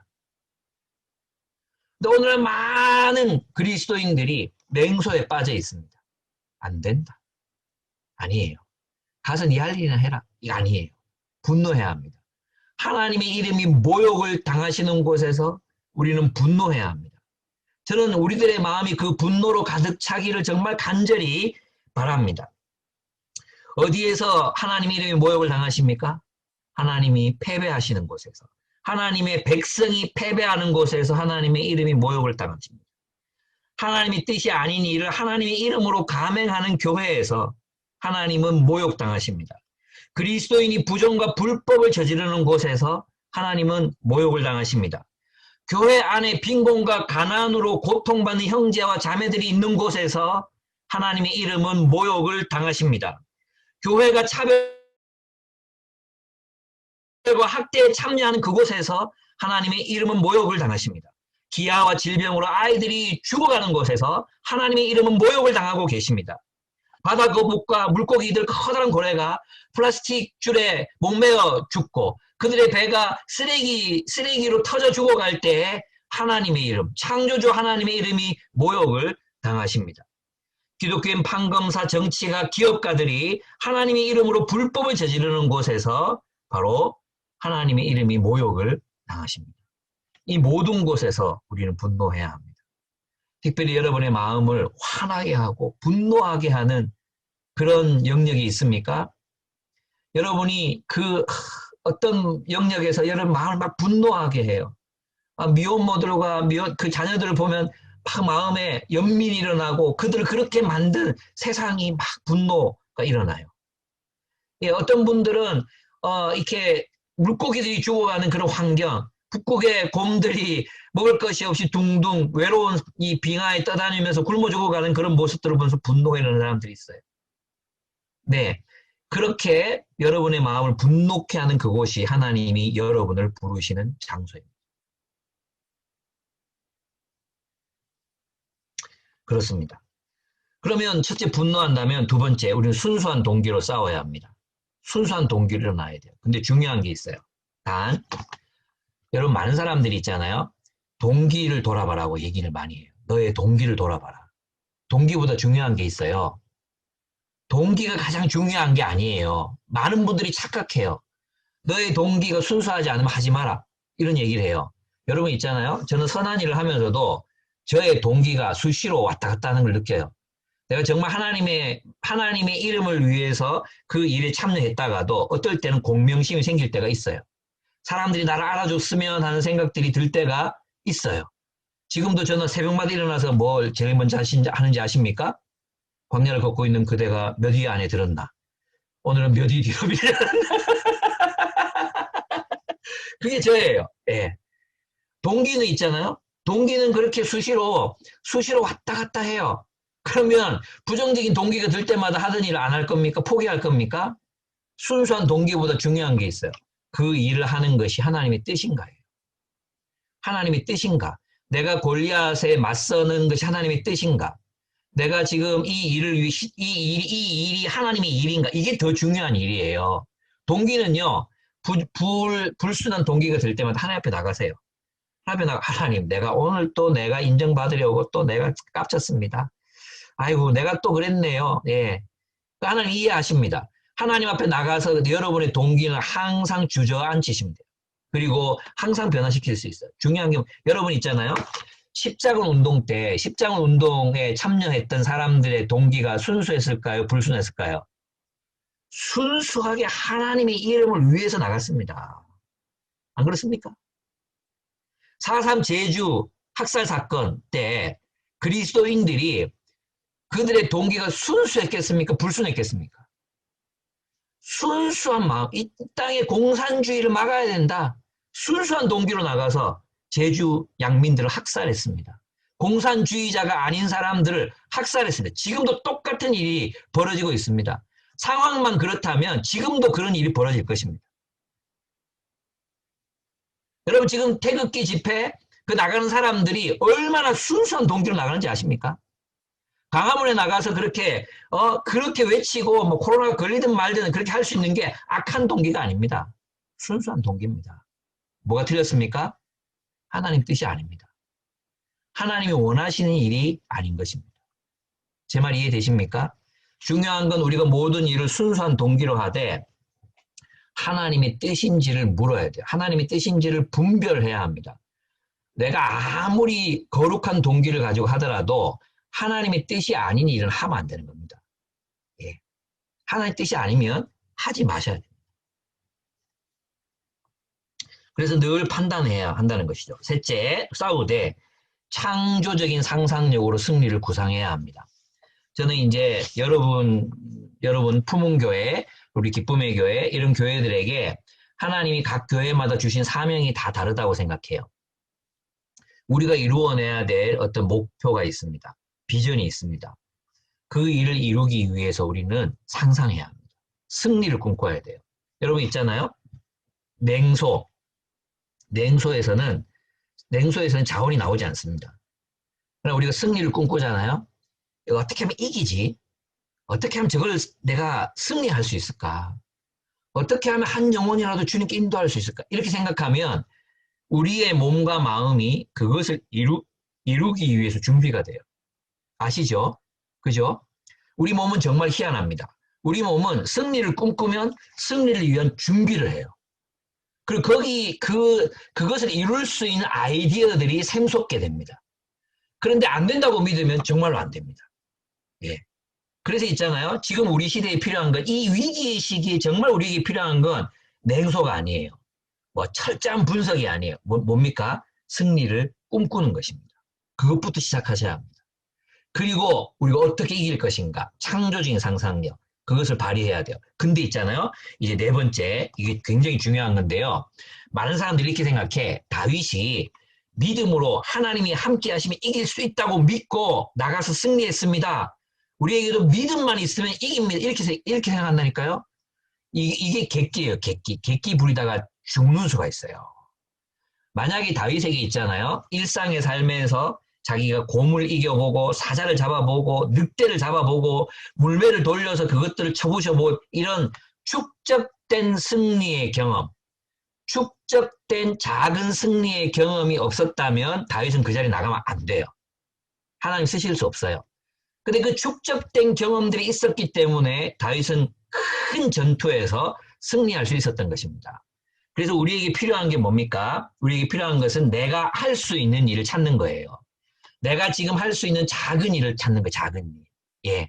원수 같은 이에게 커피 한 잔을 사주는 것.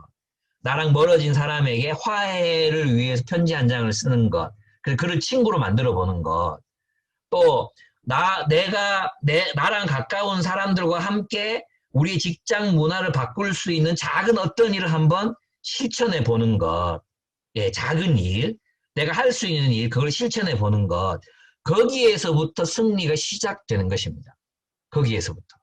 제 경험을 말하면, 저희 이제 지방회가 굉장히, 제가 속한 집내교 지방회가 굉장히 오래된 지방회입니다. 저는 이제 이 지방회에서 그냥 정만 걸어놓고 이렇게 그냥 지내야지. 시간이 많이 지났네. 그렇게 생각했거든요. 그랬는데, 그래도 뭔가 할 수 있는 일이 있지 않을까? 이렇게 생각하고 이제 저의 소신을 따박 말하고 또 만나는 사람마다 친절하게 대하고 또 이제 그러다가 이제 제가 설교를 하게 되는 날이 있었어요. 그래서 이제 설교를 했거든요. 근데 몇 분이 저의 설교를 듣고 매료되신 거예요. 여러분 믿지 않으시겠지만 매료되신 거예요. 그래가지고 나에게 자기들이 성경 공부팀을 모아줄 테니까 오셔서 가르쳐달라. 이렇게 된 거예요. 그래가지고 제가 그 모임에 참석하기 시작했어요. 그래서 이제 마태복음을 끝내고 룻기를 끝내고 이제 이렇게 성경을 하기 시작했거든요. 이분들이 변하시는 거예요. 그러시더니 이분들이 대부분 다 어떤 분이냐 하면 한때 암 환자 고쳐주셨던 분들 다. 한 7분이 모이시는데 옛날에 왕년에 한번 다 암 환자들 한번 다 일으켜본 그런 경험이 있는 분들이에요. 근데 그런 분들이 이제 자기 메시지가 하나님 나라의 설교가 아니었다. 정말 성경적인 설교가 아니었다는 걸 깨달으시고 설교를 바꾸기 시작하셨어요. 예.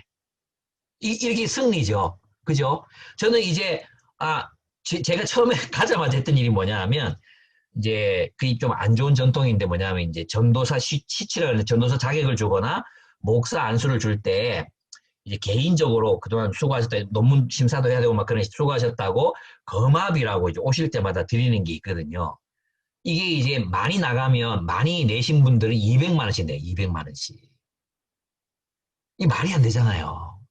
그래서 제가 그때 그 다른 사람도 아니고 제가 이제 목사 슈치를 봤는데 이건 부당하다고 제가 지방에 원래 가가지고 부당합니다. 이거 없어져야 되는 겁니다. 저 돈 낼 수 있습니다. 그러나 이건 없어져야 되는 겁니다. 그게 막 강력하게 요청했거든요. 그래서 제가 왕따 됐잖아요. 처음에 왕따. 아무도 저를 인사도 잘 안 받고 이상한 사람이라고 보고 막 그랬단 말이에요. 근데 제가 이제 한 분씩 마음을 열고 대화 나누고 설교하고 성경 공부하고 이래가지고 있잖아요. 이제 싸움은 이렇게 하는 거구나. 제가 좀 이제 배우기 시작했어요. 예. 이렇게 싸움은 이렇게 하는 거구나. 이렇게 사람들 얻는 거구나. 또 나를 정말 싫어하던 사람들도 정말 절친한 친구가 될 수 있구나. 진짜 내가 이제 이 검압이 없어야 됩니다. 그 주장에 정말 나를 강력하게 반대했던 분하고 지금 제가 가장 친해졌어요. 그분이 저를 너무 사랑해요. 저도 그분이 너무 멋있어요. 이분이 노래도 잘하고 낚시도 잘하고 아주 풍요가 있는 분이에요. 진짜 멋있어요. 그래서 이제 이분하고 제가 정말 친하게 지내고 있거든요. 예, 제 자랑을 좀 했습니다. 예. 이런 경험들 있잖아요. 이런 경험들, 이 작은 승리의 경험들이 여러분에게 있어야 되는 거예요. 그리스도인으로 살아서 승리해 본 경험, 이 경험을 축적하세요. 그러면 여러분이 결정적인 순간에, 우리 교회가 결정적인 순간에 어떤 이 승리, 이 큰 전투에서의 승리를 맛볼 수 있지 않을까, 저는 그렇게 생각합니다. 지금은 우리가 몸을 바짝 낮추어야 되는 그런 시점이에요. 그리고 마치 우리 지금 신세가 바벨론의 포로로 잡혀가 있는 그런 신세가 되는 것 같아요. 앞으로 참 몇 년 동안은 그렇게 살아야 될 것 같다는 생각이 들어요. 기대하는 것은 우리 한민족이 건망증이 심하니까 이 일을 다 잊어버리고 속히 그런 날이 왔으면 좋겠다, 이런 생각을 하면서 지금 우리가 할 수 있는 최선, 할 수 있는 일들을 찾으셔야 돼요. 처음부터 막 이렇게 있잖아요. 저는 신종 목사님 보면서 늘 이제 감탄하는 게 뭐냐 하면, 신종 목사님 아직도 청년이세요. 청년. 큰 꿈을 꾸시거든요. 예. 저는 좀 늙었어요, 이제. 그래서 큰 꿈은 꾸지는 않지만 내가 할 수 있는 최선의 일을 다 하자. 그래서 신종 목사님 만날 때마다 저는 도전을 받아요. 야, 내가 늙어가는구나. 이러면 안 된다. 다시 젊은 꿈을 꾸자. 이런 생각을 하게 되거든요. 그렇습니다. 큰 꿈을 꾸되 우리의 실천은 작은 데서부터 시작해서 하나씩 이겨나가는 것, 그걸 꿈을 꾸셨으면 좋겠습니다. 여기서 마칠까요? 아니면 조금 더 할까요? 조금 더 할까요? 그러면 조금만 더 하겠습니다. 넷째, 자아숭배 유혹에 저항을 하는 것입니다. 저는 이게 굉장히 중요하다고 생각합니다. 우리 한국교회에 이 깨어지지 못한 사람이 너무 많습니다. 깨어질 줄 모르는 사람이 너무 많아요. 이 말이 무슨 말이냐 하면, 깨어지지 않겠다는 것은 자기를 보호하겠다는 뜻이거든요. 그죠? 여러분, 사울을 생각해 보세요. 사울은 무엇을 위해 살았어요? 자기를 지키기 위해 다른 사람을 깨뜨려요. 자기를 보존하기 위해 다른 사람을 깨뜨리는 삶을 선택했어요. 근데 결국은 누가 죽습니까? 사울이 죽어요. 다윗은 하나님 뜻에 자기를 맡겨요. 이 깨어진다는 뜻이 뭐냐 하면, 하나님의 뜻에 자기를 맡김으로, 나를 맡김으로, 하나님, 나를 조각해 주세요. 나를 빚어 주세요. 그리고 이 고난 속에 내가 견디겠습니다. 내가 이 고난 속에서 견뎌보겠습니다. 그리고 하나님이 원하시는 모습으로 나를 빚어주세요. 이렇게 하나님 뜻에 자기를 맡기는 것입니다. 하나님이 우리를 깨뜨리시는 도구는 사람입니다. 사람. 그 사람들을 통해서 우리를 깨뜨리시고 조각해내십니다. 특별히 원수, 다윗에게는 사울이었습니다. 다윗은 사울 때문에, 사울이라는 조각도에 의해서 조각되어 갔습니다. 그래서 있잖아요. 자기를 깨뜨리면서, 정말 다윗도 얼마나 사울 죽이고 싶었겠습니까? 하나님의 뜻에 의탁합니다. 의탁하거든요. 그게 괴로웠거든요. 근데 그것을 통해서 다윗은 넓은 사람이 되어가요. 그리고 깨어집니다. 그런데 다윗은 자기를 지키기 위해서 더 단단해져 갑니다. 자기를 막 지키려고 애를 씁니다. 자기를 보호하기 위해서 막 최선을 다합니다. 심지어는 자기 딸을, 그 사랑스러운 딸을, 그 사위 될 사람을 죽이기 위해서 딸과 결혼을 시킵니다. 자기 딸을 죽이기 위한, 과부 될 게 분명한데 자기가 죽이기 위한 사람과 결혼을 시킨다고요. 어떻게 될 때 그게 가능해집니까? 자기를 보호하려는 보호 본능이 작동하면 그렇게 되는 거예요. 여러분, 그래서 있잖아요. 우리가 깨어지기 위해서 뭘 해야 되나? 첫째, 우리가 배워야 되는 게 있어요. 그렇지 않음에도 사랑하는 법을 배우셔야 됩니다. 그 말이 무슨 말이냐 하면 우리 이렇게 생각하죠. 목사가 목사다워야 존경을 하지. 남편이 남편다워야 사랑을 하지. 아내가 아내다워야 사랑을 하지. 우린 그렇게 생각하거든요. 그래서 그가 사랑받을 만한 자격을 갖추지 못했다면 사랑하지 않아도 된다고 생각합니다. 그것은 세상이 말하는 것입니다. 세상이 그렇게 말해요. 그러니까 그리스도인은 그렇게 살면 안 돼요. 그 사람이 나를 인정해 주지 않아도, 그 사람이 나를 사랑해 주지 않아도, 그 사람이 내가 사랑한 것의 대가를 몰라줘도 나는 내가 할 바를 다 하는 거예요. 사랑하는 것입니다. 그럴 때 우리는 무엇을 경험합니까? 고통을 경험합니다.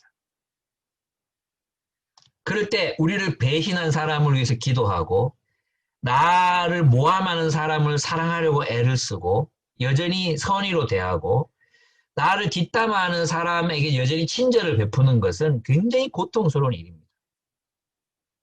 그런데 그런 일을 통해서 하나님께서 우리를 깨뜨리십니다. 우리를 깨뜨리세요. 그리고 주님이 원하시는 모습으로 변화시켜 가십니다. 저는 제 아내를 보면서 정말 존경하는 마음이 있는데요. 아내가 제가 간사사역 할 때 가정을 잘 돌보지를 못했어요. 맨날 이제 그 리더들하고 밤늦게까지 막 재밌었어요. 그죠? 회의하고 이야기하고 말씀 나누고 너무 재밌었거든요. 맨날 집에 들어오면 11시예요. 그리고 아내가 요청하는 것들에 대해서 제가 이제 잘 반응을 해주지 못했었어요. 그랬는데 이제 하루는 아내가 용기를 내서 저에게 대들었어요. 대들면서 이렇게 말했어요. 여보, 내가 당신을 사랑하는 게 얼마나 힘든지 아세요? 그러는 거예요. 뭐가 그렇게 힘든데? 이렇게 물으니까 자매가 뭐라고 말했냐 하면 한겨울에 꽁꽁 얼어붙은 바위를 끌어안고 녹이는 것 같아요. 그러면서 우는데 내가 뭘 그렇게 잘못했지 이런 생각이 첫째 들었고 둘째, 야, 내가 변하지 않으면 이혼당하겠다는 생각이 들었습니다. 와, 그래서 그때부터 제가 변화되기 시작했거든요. 그때 이제 제가 인간관계를 연구하기 시작했어요. 사람을 이제 연구하기 시작했어요. 그때 상담 심리 뭐 이런 거 공부하기 시작했던 것 같아요. 그러면서 제가 좀 바뀌어가기 시작했습니다. 그래서 제 아내를 보면서 제가 존경스러운 게 뭐냐 하면 제 아내는 저를 사랑하기 위해서 자신을 깨뜨렸거든요. 제 아내가 참 성숙해요. 성숙하고 사랑스럽고 또 자녀들을 대할 때도 보면 자기 성격이 있거든요. 우리 아내가 이제 되게 천사 같아 보이지만 사실은 안 그래요. 예, 되게 그런 면이 있어요. 그런 면이 있는데 어쨌든 아내가 이제 자녀들을 대할 때도 그렇게 사랑하는 모습, 자기를 바꿔가는 모습을 제가 늘 곁에서 봅니다. 아내가 참 존경스러워요. 저희도 그렇게 좀 해야 된다 이런 생각이 듭니다. 만약 있잖아요. 사울이 자기를 보호하기 위한 어떤 길을 선택하지 않고 다윗의 멘토가 되었다고 생각해 보십시오. 다윗을 위대한 왕으로 기르기 위해서 막 데리고 다니면서 훈련을 시켰다고 생각해 보십시오. 그리고 평화롭게 왕위를 물려줬다고 생각해 보십시오. 그럼 사울은 어떻게 됐을까요? 최고죠. 이스라엘 최고의 왕으로 기록됐을 것입니다. 그런데 그가 그걸 하지 못합니다. 그죠? 깨어지는 것이 더 나은 길입니다. 두 번째, 하나님의 계획을 신뢰하셔야 됩니다. 그래서 있잖아요. 하나님이 우리를 어떤 관계들 속으로 우리를 몰아넣고 그 관계를 이제 지켜나가게 하시잖아요. 그러면 그 관계 속에서 머물러야 돼요. 도망가시면 안 돼요. 그게 이제 나를 학대하거나 나를 뭐 죽이거나 또는 뭐 그런 어떤 굉장히 그거는 이제 좀 상담을 해야 돼요. 그죠? 상담을 해봐야 되는데 대부분 보면 이제 부부들 같으면 남자와 여자의 차이라든지 이런 것들이거든요. 또 직장 상사와의 갈등 늘 있는 거예요. 직장 상사. 저는 있잖아요. 학원 원장님 중에 선한 원장님은 한 명도 못 들어본 것 같아요. 뭐 그렇게 모든 학원 원장이 악할 수가 있을까 이런 생각이 들 정도로 모든 사람이 다 악해. 근데 그럴 수 있을까요? 모든 직장에 있는 직장 상사는 전부 나쁜 놈이야. 과연 그럴 수 있을까요? 저는 그 안에서 우리 자신이 해야 될 일들을 하는 것이 굉장히 중요하다고 생각합니다. 그들이 나를 어떻게 대하든 나는 그리스도인으로서 살아가는 것. 이게 고통스럽지만 깨어지는 그 안에 내가 이 하나님의 계획이 있다는 것, 나 자신과 마주치는 모험을 해야 된다는 것을 알아야 된다는 거죠. 그래서 내가 하나님이 왜 나를 이 관계 속에 두셨을까? 내가 무엇을 깨닫기를 원하시는가? 내가 무엇을 알기를 원하시는가? 그런 깨어지는 위험과 고통으로부터 도망치셔서는 안 된다는 것입니다. 도망친다는 건 무슨 뜻이냐 하면 자기 합리화에 들어간다는 거예요. 자기 합리화. 예. 그리고 나를 보호하는 거죠. 걔가 그래서 그랬어요. 제가 저렇게 나에게 하는데 내가 어떻게 안 그럴 수 있겠어요? 아니, 그 사람이 나한테 이렇게 했는데 내가 어떻게 그렇게 안 대할 수 있겠습니까? 이게 바로 도망치는 것입니다. 셋째, 제가 이제 중요하게 생각하는 건데, 성장을 위해서 자기 중심적 프레임을 깨뜨리십시오. 최인철 교수라는 분이 계시잖아요. 서울대에서 행복을 연구하시는 분인데, 어리석음의 첫째 조건이 자기 중심성이라고 얘기했습니다. 이제 여러분 이 실험을 했는데, 손가락 연주를 통해서 노래를 맞추는 거예요. 이게 두드리는 거죠. 뭐 예를 들면 들리십니까? 이 소리만 듣고 무슨 노래인지 알아맞히는 거예요. 그런데 있잖아요. 두드리는 사람의 50%는 상대방이 이 노래가 무엇인지 알아맞힐 수 있다고 생각한대요. 실제로 알아맞히는 사람은 2.5%에 불과하대요. 실제로 알아맞히는 사람. 이게 굉장히 자기중심성이거든요. 그러니까 사람들도 똑같이 다 그래, 자기중심성. 그러니까 내가 아는 걸 이 사람도 알고 있다고 생각하고, 내가 느끼는 걸 이 사람도 느낀다고 생각하고, 내가 말하지 않아도 다 알 거라고 생각한다는 거예요. 근데 사실 그렇지 않습니다. 사울이, 그래서 이제 이 중요한 게 뭐냐면, 이제 이 최인철 교수가 프레임이라는 책에서 뭐라고 얘기하느냐 하면, 우리의 프레임을 바꾸어 볼 수 있어야 된다는 거예요. 우리는 한 가지 프레임으로만 보거든요. 사울의 프레임은 다윗은 적이에요, 적. 근데 요나단의 프레임으로 다윗은 정말 둘도 없는 친구예요. 아히멜렉의 프레임, 이 제사장 아히멜렉의 죽임 당했죠, 사울에게. 아히멜렉의 프레임으로는 다윗은 뭐예요? 충신이었어요, 충신. 그죠? 근데 사울은 자기 프레임으로만 봐요, 자기 프레임. 다른 사람의 프레임으로 볼 줄 몰랐어요. 그게 바로 자기 중심성이에요. 경박한 확신에 빠지는 것.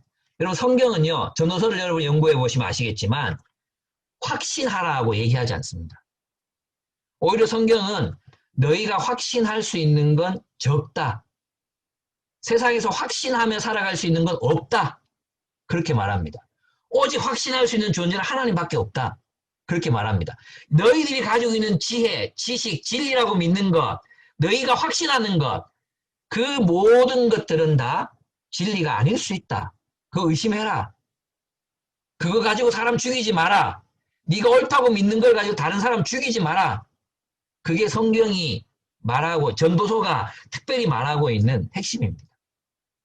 근데 우리는 내가 가진 프레임만이 옳다고 생각합니다. 그래서 다른 사람의 다른 프레임을 받아들이지를 못합니다. 여러분 우리는 다른 사람들의 프레임으로 보는 법을 배워야 돼요. 그죠? 그래서 성도들은 있잖아요. 목사님의 프레임으로 볼 줄 알아야 됩니다. 이게 하다 보면 성도들은 성도들의 프레임으로만 보는 거예요. 그죠? 또 목사님은 목사님의 프레임으로만 또 본단 말이에요. 이것이 서로가 서로의 프레임으로 보는 그런 관점이 필요해요. 남편 아내의 프레임으로 세상을 볼 줄 아는 거, 그게 깨어진다. 그래서 있잖아요. 미로슬라브 볼프는 뭐라고 얘기했냐 하면 하나님은 단 한 가지 확신으로 가득 차 있는 분이 아니라는 거예요. 하나님은 모든 프레임으로 보시는 분이다. 이렇게 얘기했어요. 모든 프레임으로 보시는 분이다. 저는 이제 늙어가면서 성숙한다는 게 바로 그런 것 같아요. 그래서 이제 그래, 그렇게 생각할 수 있지. 그렇게 볼 수 있지. 그럴 수 있지. 이렇게 자꾸 되는 것 같아요. 예, 그게 타협이 아니라 지혜로워진다는 생각이 저는 드는 거예요. 여러분도 마찬가지입니다. 우리가 어떤 한 가지 프레임으로만 이렇게 세상을 보는 것은 깨어지지 않으려는 우리들의, 그리고 이제 이 프레임이 공격당하면 불안하죠. 왜냐하면 내가 없어지는 것 같고, 내가 틀린 것 같고, 내가 틀렸다고 인정해야 되는 것 같잖아요. 근데 이 프레임을 다른 사람의 프레임으로 보는 법을 배워야 합니다. 물론 이것은 가짜의 경도대라는 뜻은 아니에요. 예. 하셔야 합니다. 여러분 코코넛 먹어보셨습니까? 코코넛? 코코넛 먹어보셨습니까? 예, 코코넛 뭔지 알죠? 예, 그걸 안에 있는 수액을 먹으려면 어떻게 해야 돼요? 깨야 되죠. 그죠? 근데 이 코코넛 껍질 깨보셨습니까? 깨보셨습니까? 안 깨집니다. 그죠? 예, 칼로 막 깎아내야 되잖아요. 근데 그게 깨어져야 뭐가 나옵니까? 시원하고 달콤한 수액이 흘러 나옵니다. 여행 중에 그 시원한 코코넛 수액을 먹는 것보다 행복한 즐거움은 별로 없습니다. 여행 가고 싶다. 그런 생각이 납니다. 그죠? 그렇습니다. 여러분, 우리가 왜 깨어져야 되는지 아십니까? 여러분 안에 하나님께서 달콤한 수액과도 같은 여러분 안에 있는 놀라운 것들을 여러분 안에 주셨어요. 근데 그게 깨어지지 않으면 흘러나오지 않습니다. 사울, 깨어지지 않았거든요. 깨어지지 않으니까 사울 안에 있는 선한 게 흘러나오지 않는 거예요. 근데 다윗은 깨졌거든요. 그게 깨어짐으로 말미암아 그에게 찾아왔던 600명의 공동체가 헤세드적, 내일 얘기하겠지만 헤세드적 공동체가 됩니다. 다윗의 빛나는 것들이 그를 통해서 나타나게 돼요. 저는 많은 분들에게 이제 권하고 싶은 게 뭐냐 하면 정말 사람들은 있잖아요. 자기를 못 봐요. 자기를 몰라요. 진짜 자기를 몰라요. 자기를 모르는 사람들이 너무 많아요. 그 틀에 탁 갇혀가지고 자기를 모르는 거예요. 그래서 성장이 안 돼요. 성숙이 안 돼요. 근데 희한한 건 자기 빼고 남들은 다 알아요. 그래서 있잖아요. 그래서 여러분이 물어보셔야 돼요. 물어보셔야 돼요. 내가 어떤 사람이냐고 물어보셔야 돼요. 그럴 때 또 얘기해주면 또 자기가 우리 그런 말이 있거든요. 그런 거 물어보는 사람들이 절대 진짜로 솔직하게 얘기하면 관계 끊어진다고. 근데 진짜 진실하게 서로를 직면하는 공동체가 돼야 됩니다. 서로를 직면하는. 보통 이제 좀 점잖은 공동체들에서 어떻게 합니까? 돌려서 말합니다. 돌려서 말하면 못 알아듣습니다. 그리고 돌려서 말해놓고 못 알아들은 또 이제 또 뒤에 와서 욕합니다. 못 알아듣더라. 이렇게 욕합니다. 그렇게 하느니 리더들이 직면하실 수 있어야 돼요. 예. 한 번씩 이 기회를 가능해. 그래서 이제 어떤 인터뷰 있잖아요. 인터뷰. 공식적인 리더 인터뷰, 우리는 이제 침례 받기 전에 침례 인터뷰 이런 걸 하거든요. 그 시간을 통해서 이제 직면, 성경사실을 다 해봤죠. 이 직면, 남을 직면시키는 거 잘하는데 자기 자신이 직면이 안 된 사람들이 너무 많아요. 그래서 깨어지지 않은 거예요. 그래서 이 깨어지지 않으니까 노스당 무슨 얘기하는 깨어지지 않은 사람들의 특징이 뭐냐 하면 맨날 지금도 있잖아요. IMF 때 어땠는데 이런 얘기하는 사람도 있어요. 나 때 어땠는데 이게 아니라 IMF 때 나는 이랬다. IMF 때 뭐 이렇게 살았다. 아니 지금 IMF 졸업한 지가 20년이 다 돼가는 사람들이 아직도 IMF 얘기하고 있어요. 예? 그게 사울이야 사울. 뭐 아직도 IMF 얘기할 게 남았어요? 지금은 그걸 벗어나서 뭔가 좀 다른 얘기를 해야 될 거 아니에요. 다른 이야기. 근데 보면요. 진짜 웃기는 얘기인데 아직도 지금 나이가 40이 넘었는데 아직도 IMF 푸사의 IMF 동지들 푸사 해놓은 친구들이 있거든요. 놀랍습니다. 참으로 놀랍습니다. 그 기간 동안 새로운 친구를 못 사귀었다는 게 참으로 놀랍습니다. 그게 인간관계의 폭을 말해주는 것 같아요. 예. 달라져야죠. 성장해야죠. 예.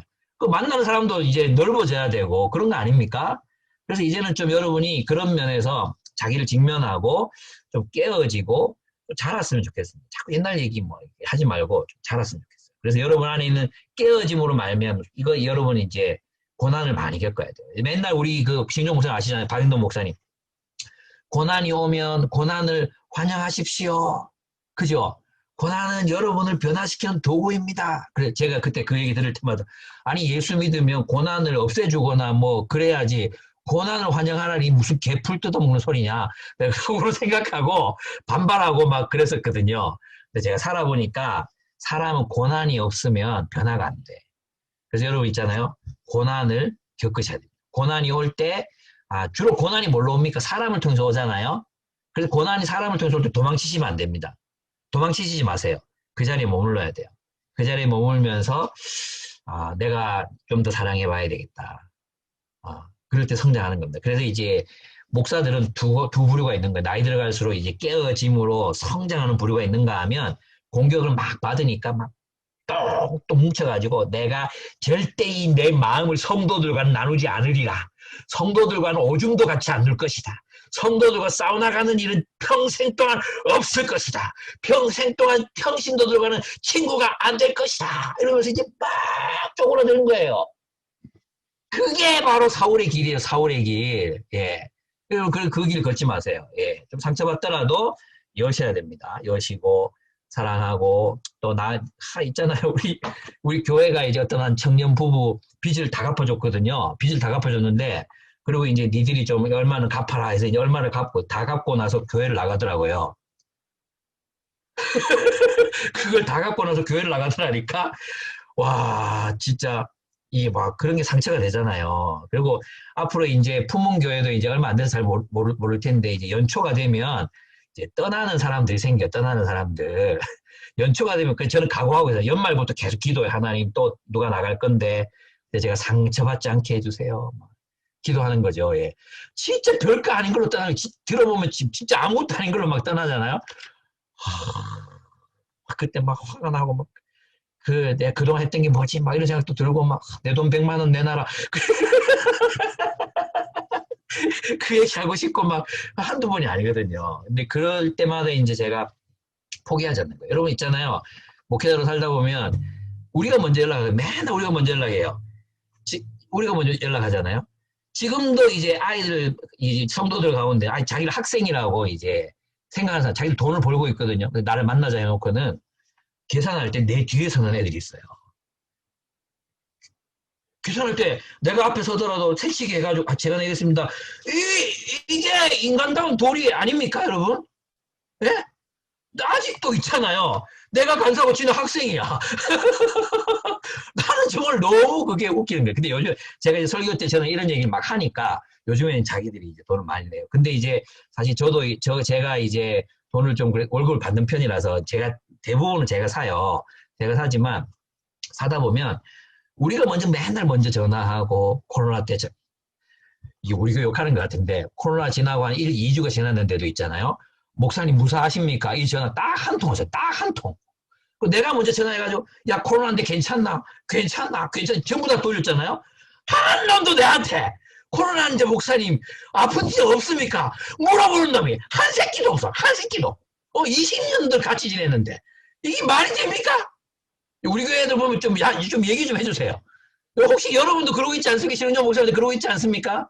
여러분 그러시면 안 됩니다, 여러분. 예, 안 그래요? 와 부럽다. 진짜 몇 년 안 된 교회인데 한 20년 가까이 했는데 진짜 부럽습니다. 네, 그렇게 하셔야 됩니다. 네, 잘하고 계십니다. 그래서 여러분 좀 깨어지자. 내가 좀 이렇게 깨어지자. 깨뜨리지 말고 우리는 막 남을 깨뜨리잖아요. 공격하고 그러지 말고 내가 좀 깨지자. 이런 마음으로 이제 사셔야 됩니다. 그래야 우리 남을 위해서 살 수 있습니다. 마지막입니다. 이제 도피의 유혹에 저항하라는 것입니다. 다윗이 지쳤어요. 다윗이 지쳐가지고요. 도망가고 싶어요. 하나님 나라고 나발이고 먹고 살기도 힘들다. 똑같은 생각을 한 거예요. 왕 언제 되노 도대체? 왕 도대체 언제 되는데? 그리고 이제 600명이 자기를 찾아와요. 600명이. 남자가 600명이니까 한 2,000명 정도 되잖아요. 2,000명. 그런 사람들이 찾아와서 이제는 숨을 데도 없어. 그리고 하나님 왕 시켜준다 그러는데 안 돼. 근데 가시라는 선지자가 와가지고 유다에 머물래. 유다에. 지켜주지도 않는데 유다에 머물래요. 고민이 되는 거죠. 근데 이제 떠났어요. 다윗은 떠납니다. 근데 있잖아요. 성경에서 정말 중요한 개념이 뭐냐면 땅이에요. 땅. 하나님이 아브라함에게 뭘 약속하시냐 하면 첫째, 후손 약속, 후손. 두 번째, 땅을 약속하십니다. 그리고 그 땅에서 하나님의 계명대로 살면 그 땅을 뭘로 바꿔준다 했어요? 젖과 꿀이 흐르는 땅으로 바꿔주고 축복을 주겠다 얘기했어요. 그래서 있잖아요. 백성, 그리고 백성이 살아갈 삶의 터전인 땅. 그리고 그 땅에서 우리가 하나님과 함께 하나님의 통치를 실현해야 돼. 아시겠어요?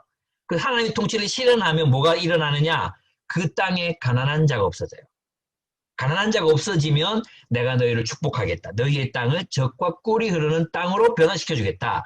근데 너희의 땅에서 나의 통치를 따라 살지 않고 불의하고 착취하고 억압하는 인생을 살면 내가 너희 땅에서 너희를 그대로 뽑아가지고 흩어버리겠다 말씀하신 거예요.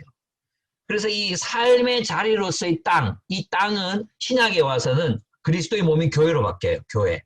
교회라는 공동체, 삶의 자리, 이거 지켜야 돼.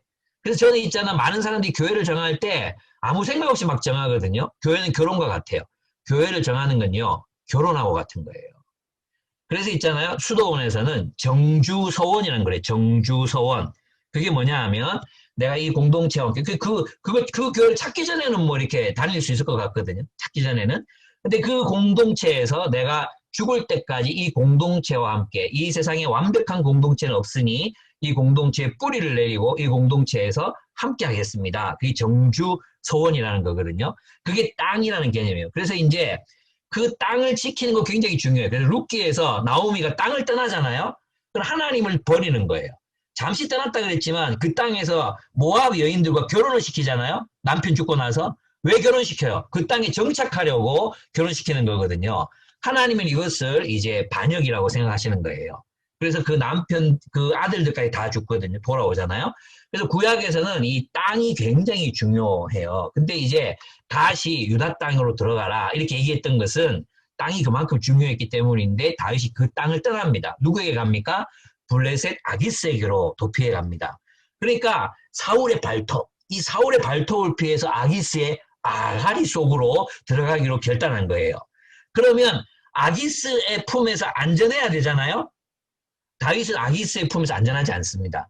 예, 아기스에게 갔는데 처음 갔을 때는 미친 척을 해야 살아남을 수 있었어요.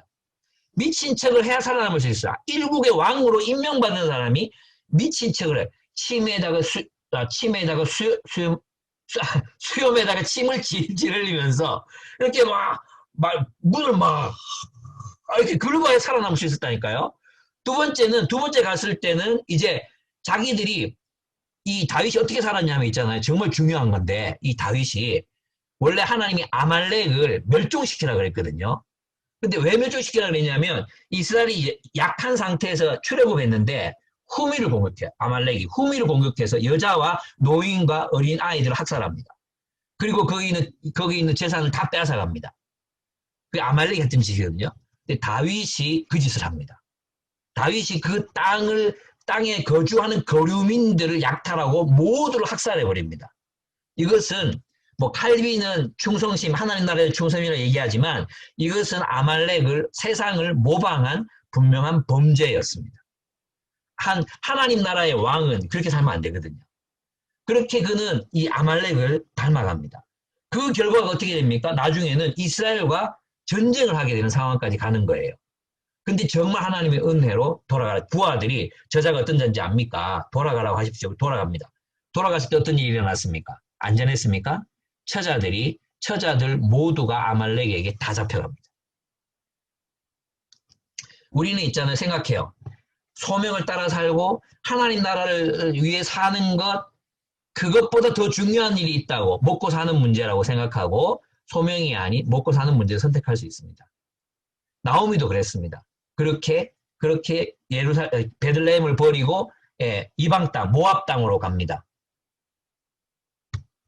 그 결과 모든 걸 다 잃어버립니다. 여러분, 우리 소명과 더불어 살아야 합니다. 하나님의 부르심을 따라 살아야 합니다. 그러면 하나님, 이 광야에서 도대체 어떻게 살란 말입니까? 살았어요. 많은 사람이 그렇게 살았어요. 다윗도 그동안 그렇게 살았어요. 하나님께서 다윗의 그런 행동을 허용하시긴 하지만 다윗은 유다 땅에 남아야 했습니다. 소명의 자리에 머물러야 했습니다. 광야, 사람이 살 수 없는 곳이에요. 풀 한 폭이 자라기 어려운 땅이에요. 근데 하나님이 출애굽한 백성들에게 만나를 보내시고 메추라기를 보내십니다. 그들로 하여금 살아갈 수 있도록 하셨습니다. 아마 신종 목사님의 생애도 그랬을 것 같습니다. 그렇지 않습니까? 우리가 정말 상식적으로 생각하면 살아갈 수 없는 삶이었어요. 근데 소명을 따라 여기까지 왔어요. 지금도 만만하지 않습니다. 근데 소명의 자리를 지킵니다. 하나님께서 신흥종 목사님을 굶어 죽이실까요? 저는 그렇게 생각하지 않습니다. 하나님께서 소명을 따라 살아간 사람들의 생애에 정말 기적과도 같은 놀라운 방법으로 그들을 먹이시고 입히실 것을 저는 확신합니다. 여러분, 그래서 우리의 목표가 도피. 내가 이 소명의 무게가 너무 무겁다. 이 책임의 무게가 너무 무겁다. 그래서 나 달아나고 싶다. 그래서 세상과 타협하면 그 세상이 우리를 보호해 주는 게 아니라 그들도 똑같이, 사실 생각해 보세요. 사울을 떠나서 아기스에게로 보호받으러 들어갔지만 사실은 아기스가 그들을 보호해 주지 못했습니다. 우리의 피난처는 오직 하나님이십니다. 우리의 요새는 오직 하나님이십니다. 우리의 피할 바위는 오직 하나님이십니다. 그 하나님께서 우리를 지키시고 보호하시고 돌보십니다. 바로 거기에서 우리가 소명을 위해 살아갈 수 있는 근거가 나오는 것입니다. 여러분, 우리가 소명을 위해 살아도 됩니다. 그러니까 여러분, 소명이 여러분에게 너무 무겁게 하나님 나라가 너무 무겁게 느껴지십니까? 여러분 생각하십시오. 세상이 여러분을 결코 지켜주지 못하고 여러분을 보호해주지 못할 것입니다. 오직 하나님이 여러분의 인생을 놀랍도록 풍성하게 채우실 것을 저는 믿습니다. 예, 제 주변에 제가 청년 사역만 30년이잖아요. 저희 교회 그런 친구들이 있거든요. 다 여러분도 그랬겠지만 취직 못하고 결혼 못하고 맨날 징징대고 그랬던 친구들이 있었잖아요. 어떤 친구들은 그래요. 직장을 어떻게든 대구에 얻어가지고 같이 공동체 하겠다고 끝까지 고집 부리고, 어떤 자매는요, 그 대학원을 서울에 갔어요. 서울에, 이제 집이 서울이에요. 집이 서울. 근데 대학원은 연세대 대학원에 갔는데 주일마다 내려와요. 주일마다. 그래서 하도 안 돼가지고 차비를 우리가 대줬어요. 차비를. 그리고 대학원 끝날 때는 이제 돌아가겠지. 그 정도 스펙이면은 대학병원에 갈 수 있는 스펙이거든요. 근데 대구 내려와서 살아요, 지금. 대구 내려와서. 이런 친구들의 삶을 이렇게 들여다보잖아요. 예. 하나님이 지금 이제 한 교회를 개척하고 이분 이제 9월 첫째 주가 되면 19주년이거든요. 19주년. 그 친구들 살아온 삶을 이렇게 쭉 봤잖아요. 하나님이 정말로 풍성하게 채워주셨어요. 저는 확실하게 얘기할 수 있습니다. 저희 성도들이 이렇게 삶을 볼 때 참 예뻐요. 예쁘고 풍요롭고 넉넉하고, 그리고 참 좋아요. 같이 말씀을 나누고, 저희는 매주 PBS 하니까 같이 말씀 나누고 살아갔던 삶 이야기하고, 또 누군가가 또 이번에도 실직 한 달 월급 못 받았다가 돈 또 막 다 내가지고 또 이렇게 한 달 월급 채워주고, 이렇게 살아가는 모습이 얼마나 예쁘고 좋은지 몰라요. 네, 여러분 그렇습니다. 도피하고 싶은 유혹을 저항하십시오. 이겨내십시오. 그리고 소명을 따라 살겠다고 결단하시기를 바랍니다. 여러분, 우리의 정체성은 하나님 나라 이야기 속에 있습니다. 우리를 우리되게 하는 것은 하나님의 부르심 안에서 우리가 무엇이 되는 것이지, 세상이 말하는 소유, 돈을 얼마 가졌는지, 세상적인 지위, 이런 것이 우리됨, 나의 나됨을 설명해 줄 수 있는 게 아닙니다. 여러분, 우리가 무엇을 하면서 살든, 어떤 수입을 가지고 살든, 우리가 어떤 세상에서 우리를 무엇이라고 말하든 중요한 게 아닙니다. 우리가 하나님 안에서 무엇으로 사느냐가 중요합니다. 다윗은 하나님의 나라를 위해 싸우는 전사, 하나님을 위하여 노래 부르는 시인, 하나님의 나라를 다스리는 왕으로 자신을 인식하고 살았습니다. 저는 하나님의 나라를 위해서 글을 쓰는 작가, 저는 하나님 나라의 공동체를 일으키는 왕, 예, 저는 그런 존재로 또 다음 세대를 일으키는 그런 별과 같은 존재로 저는 인생을 살아가고 싶습니다. 하나님 앞에 안에서 여러분은 무엇입니까? 저는 저 하늘에 빛나는 별입니다. 어둠을 비추는 별입니다. 저는 하나님께로 돌아오게 만드는 길을 닦는 건설자입니다. 저는 사람들을 풍요롭게 만드는 숲을 짓는, 숲을 세우는, 뭐라고 말해야 되겠노? 하여튼 그런 사람입니다. 저희의 정체성은 거기에 있습니다. 월급 얼마짜리 목사, 무슨 차를 타고 다니는 성공한 목사, 이런 게 저희 정체성하고 아무 상관없습니다. 저는 하나님의 이야기 속에서 멋진 이야기를 살아내는 사람으로 살고 싶습니다. 여러분은 하나님 안에서 무엇입니까? 그 무엇을 이루기 위해서 여러분은 살아가고 계십니까? 예, 우리 말씀 마치겠습니다. 우리 함께 잠깐 좀 기도했으면 좋겠습니다. 오늘 말씀 들은 것에 좀 시간이 많이 갔기 때문에 12시다. 죄송합니다. 정말 미안합니다. 한 가지만 가지고 기도했으면 좋겠습니다. 하나님, 내가 하나님 나라에서 하나님의 이야기를 이야기 속에서 나를 발견하고 또 나의 자존감과 정체성을 거기에 두고 살아가고 싶습니다. 하나님, 내가 그것을 잊지 않고 살아갈 수 있도록 도와주십시오. 무슨 일이 있더라도 소명을 이루기 위해 살게 해주십시오. 불안에 쫓기지도 말고 또 나를 보호하기 위해서 나를 죽이는 삶도 살지 말고 하나님의 소명을 위해서 살아가는 그런 사람 되게 해주십시오. 우리 그렇게 한번 좀 기도 드렸으면 좋겠습니다. 기도하겠습니다.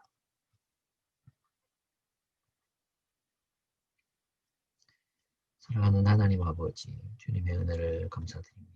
오늘 우리 품문교회 성도들과 함께 주의 말씀을 나누었습니다.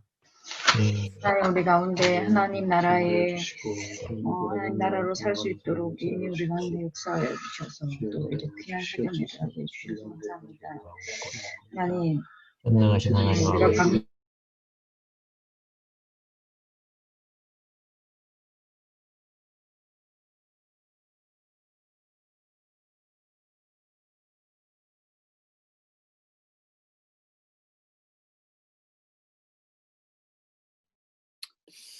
하나님 아버지 변함이 없는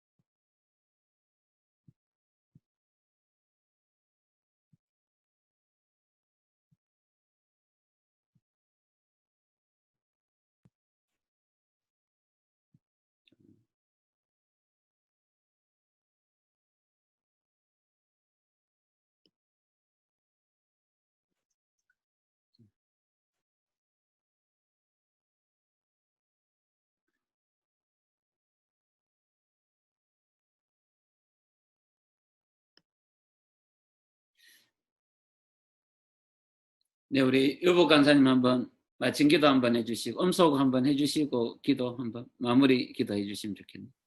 예.